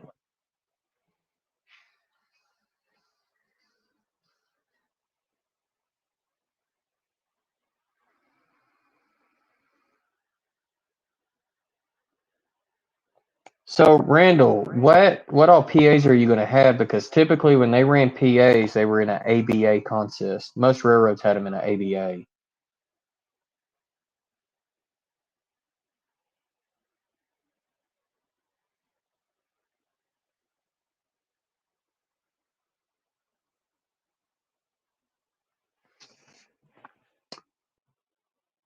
I think that's a pretty good idea, Dwight. Amanda, if you're still in here, I'm so throwing you under the bus.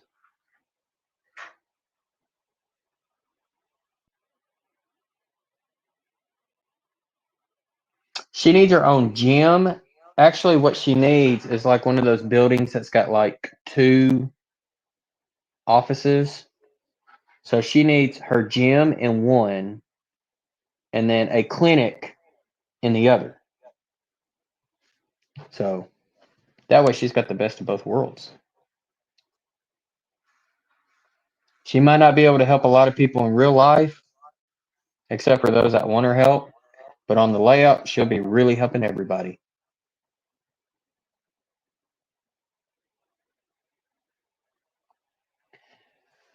So George told me the exact reason why they use 5, and I can't remember what it boiled down to. I think it had to do something with the voltage. I think it had something to do with the voltage. I can't remember exactly what it is though. George, if George was still here, he'd be able to answer that question for you.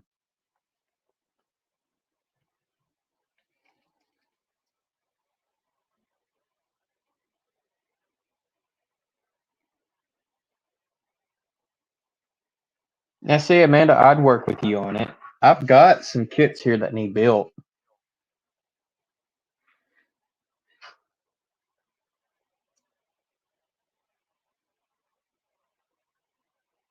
See, I would actually put her building in the town of Wiener.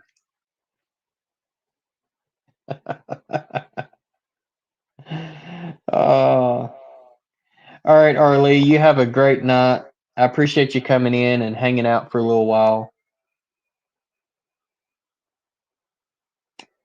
TCS has smaller current keepers. So technically, and George has even shown this on some of his videos, that Soundtracks also sells capacitors by themselves. And he did a video where he only used 1 or 2 capacitors to go into like a smaller locomotive like that. Of course, your locomotive ain't going to run for like almost a whole minute, once you take it off the track. So keep that in mind.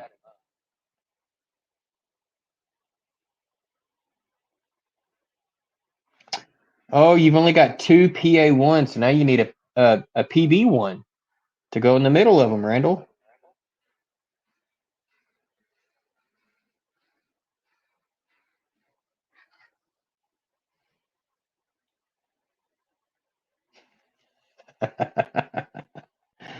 All right, Joe Rader, you have a great night, buddy. Take care and look forward to this Sunday because your name is mentioned.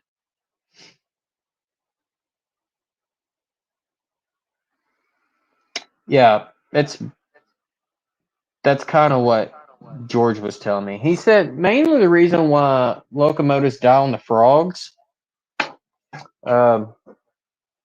Let me see if I can find an Atlas turnout, because the problem started with Atlas on their turnouts specifically, not any of the other manufacturers, but just mainly Atlas. Okay, I've got a number 6 here, so we'll use it.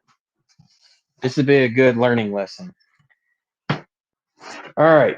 So this is a Mark IV, but the Mark IIIs right here where the points are would have rivets. And so when most locomotives died, it was mainly the switchers because one of their trucks was sitting on the frog, not on a number 6, of course, but their other truck was sitting on the points, and the points were not getting good power. All right. So that was a lot of the issue of why locomotives would stall on turnouts, mainly Atlas, because the frog is completely dead and the points having the rivets, not this model, but having the rivets was not getting a good connection. Now, technically, this one has rivets, but it's underneath. I don't know how well y'all can see that.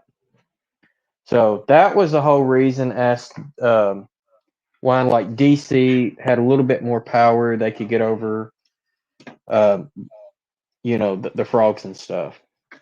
And that's why sometimes you would see like bigger locomotives not having power, but smaller ones do. Sometimes people would clean their track, but the other thing is they wouldn't clean the wheels. I've seen that as well.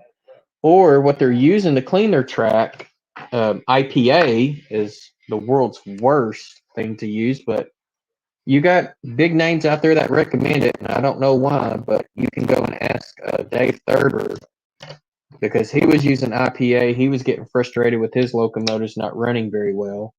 And I and a couple of other people finally convinced him to go either denatured alcohol or mineral spirits. And once he cleaned his track with that, man, his locomotives are doing a whole lot better. That's right, Tim. Keeping the Wienerites active every day.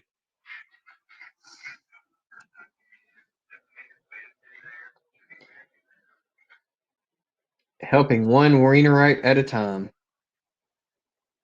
So Amanda says she'll work on a name. It's got to be a good one, Amanda.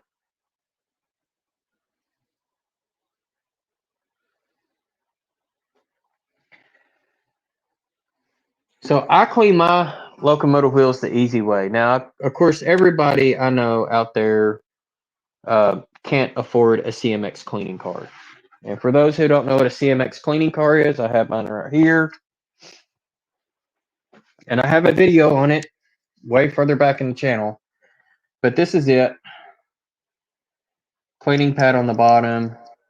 This is just your control nozzle, and this is your refill. But this is solid brass.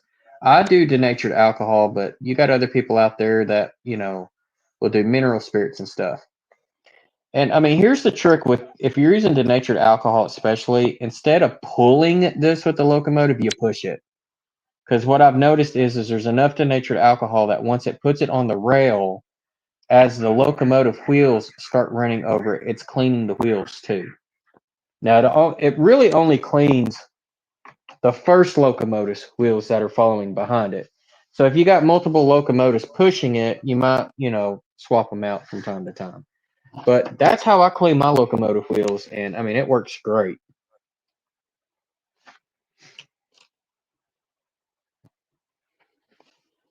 So Dwight says that he has one, but needs an engine to be able to haul it.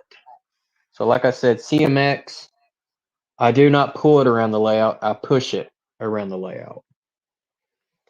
And I think I used my Athearn Ready to Roll SD45T-2 to even push it up a helix all by itself. So that, and I want to say that helix had a 29.5-inch radius with a 4-inch rise. That's a little more than a 2% grade. And that locomotive pushed that CMX car up the helix with no issues. So,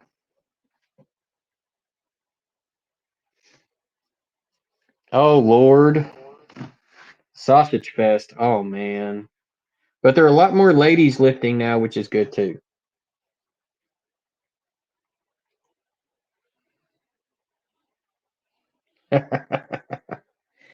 Well, Dwight, I mean, this one here's got some weight to it. Let me tell you. It's heavier than my VO 1000, and my VO can push it with no problem. So this locomotive, there's no reason why this one should not be able to push a CMX cleaning car.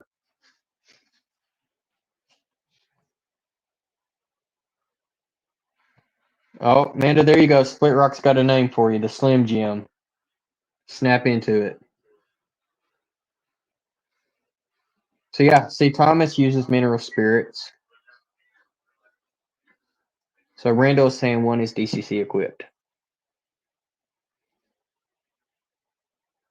Oh, did Derek come up with a name?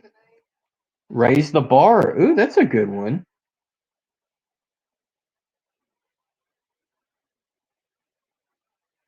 So cardio burns blood sugar, muscle burns fat.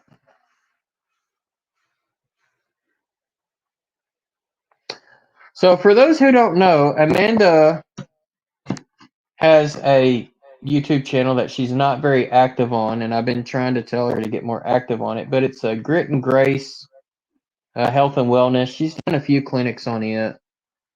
She is one of the only or the few online personal trainers out there that, if you're interested in it, she teaches you how to lose weight and how to get smaller by eating more food and not having to take medicine. So if anybody knows, she knows. She's certified.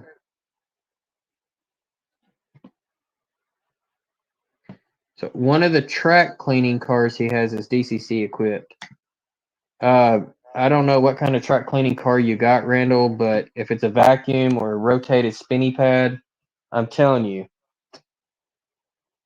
from so many people, this is the way to go. If you have a big layout, you need one of these.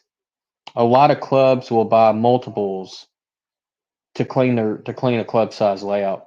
You know, if you got a 4x8, or I would even say like the size of a railroad, like the Mom and Sons Railroad has, a Ray, that small size layout, I would not invest money in a CMX. But a bigger size layout, you know, like what I'm running, definitely.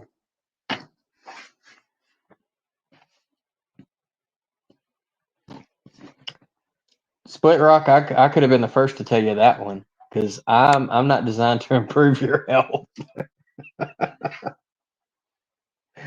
Oh man.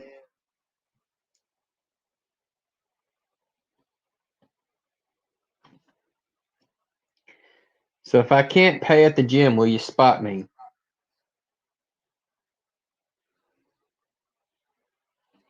See, even she knows. Yeah, I'm not good for your health. I'm bad for your health.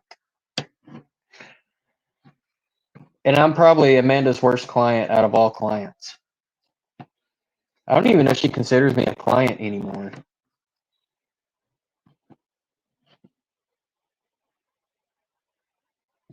Okay, that's very true. More trains improve my mental health. Only if you could see all the trains that I still have, because I did sell quite a few stuff at the trade show. But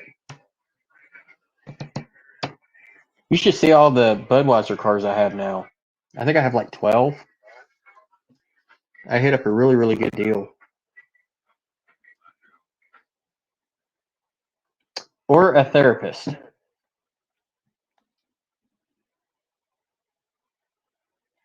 So a layout 30 feet long and 15-yard take.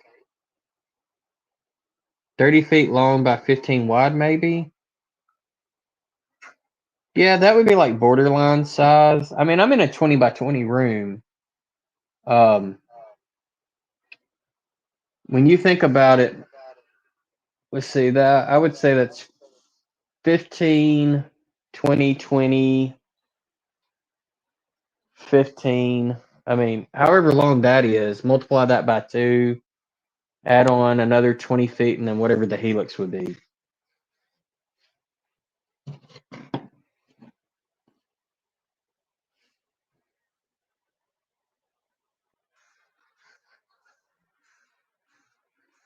Yeah, I picked up, well, it wasn't exactly a 12 pack.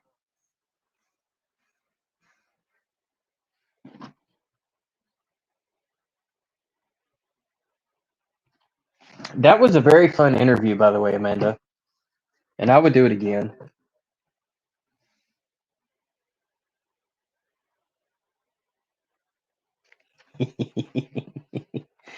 Roy, I think you got that backwards. I think I'm all of y'all's therapist. So, all right, guys. I'm in the I'm just kind of rambling right now. So, and it's getting late. I'm starting to get tired.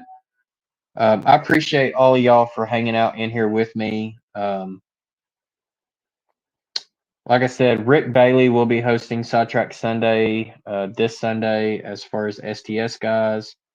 And eventually I'll get with my guy and see if he wants what he wants me to do as far as his locomotive goes on that Rock Island one.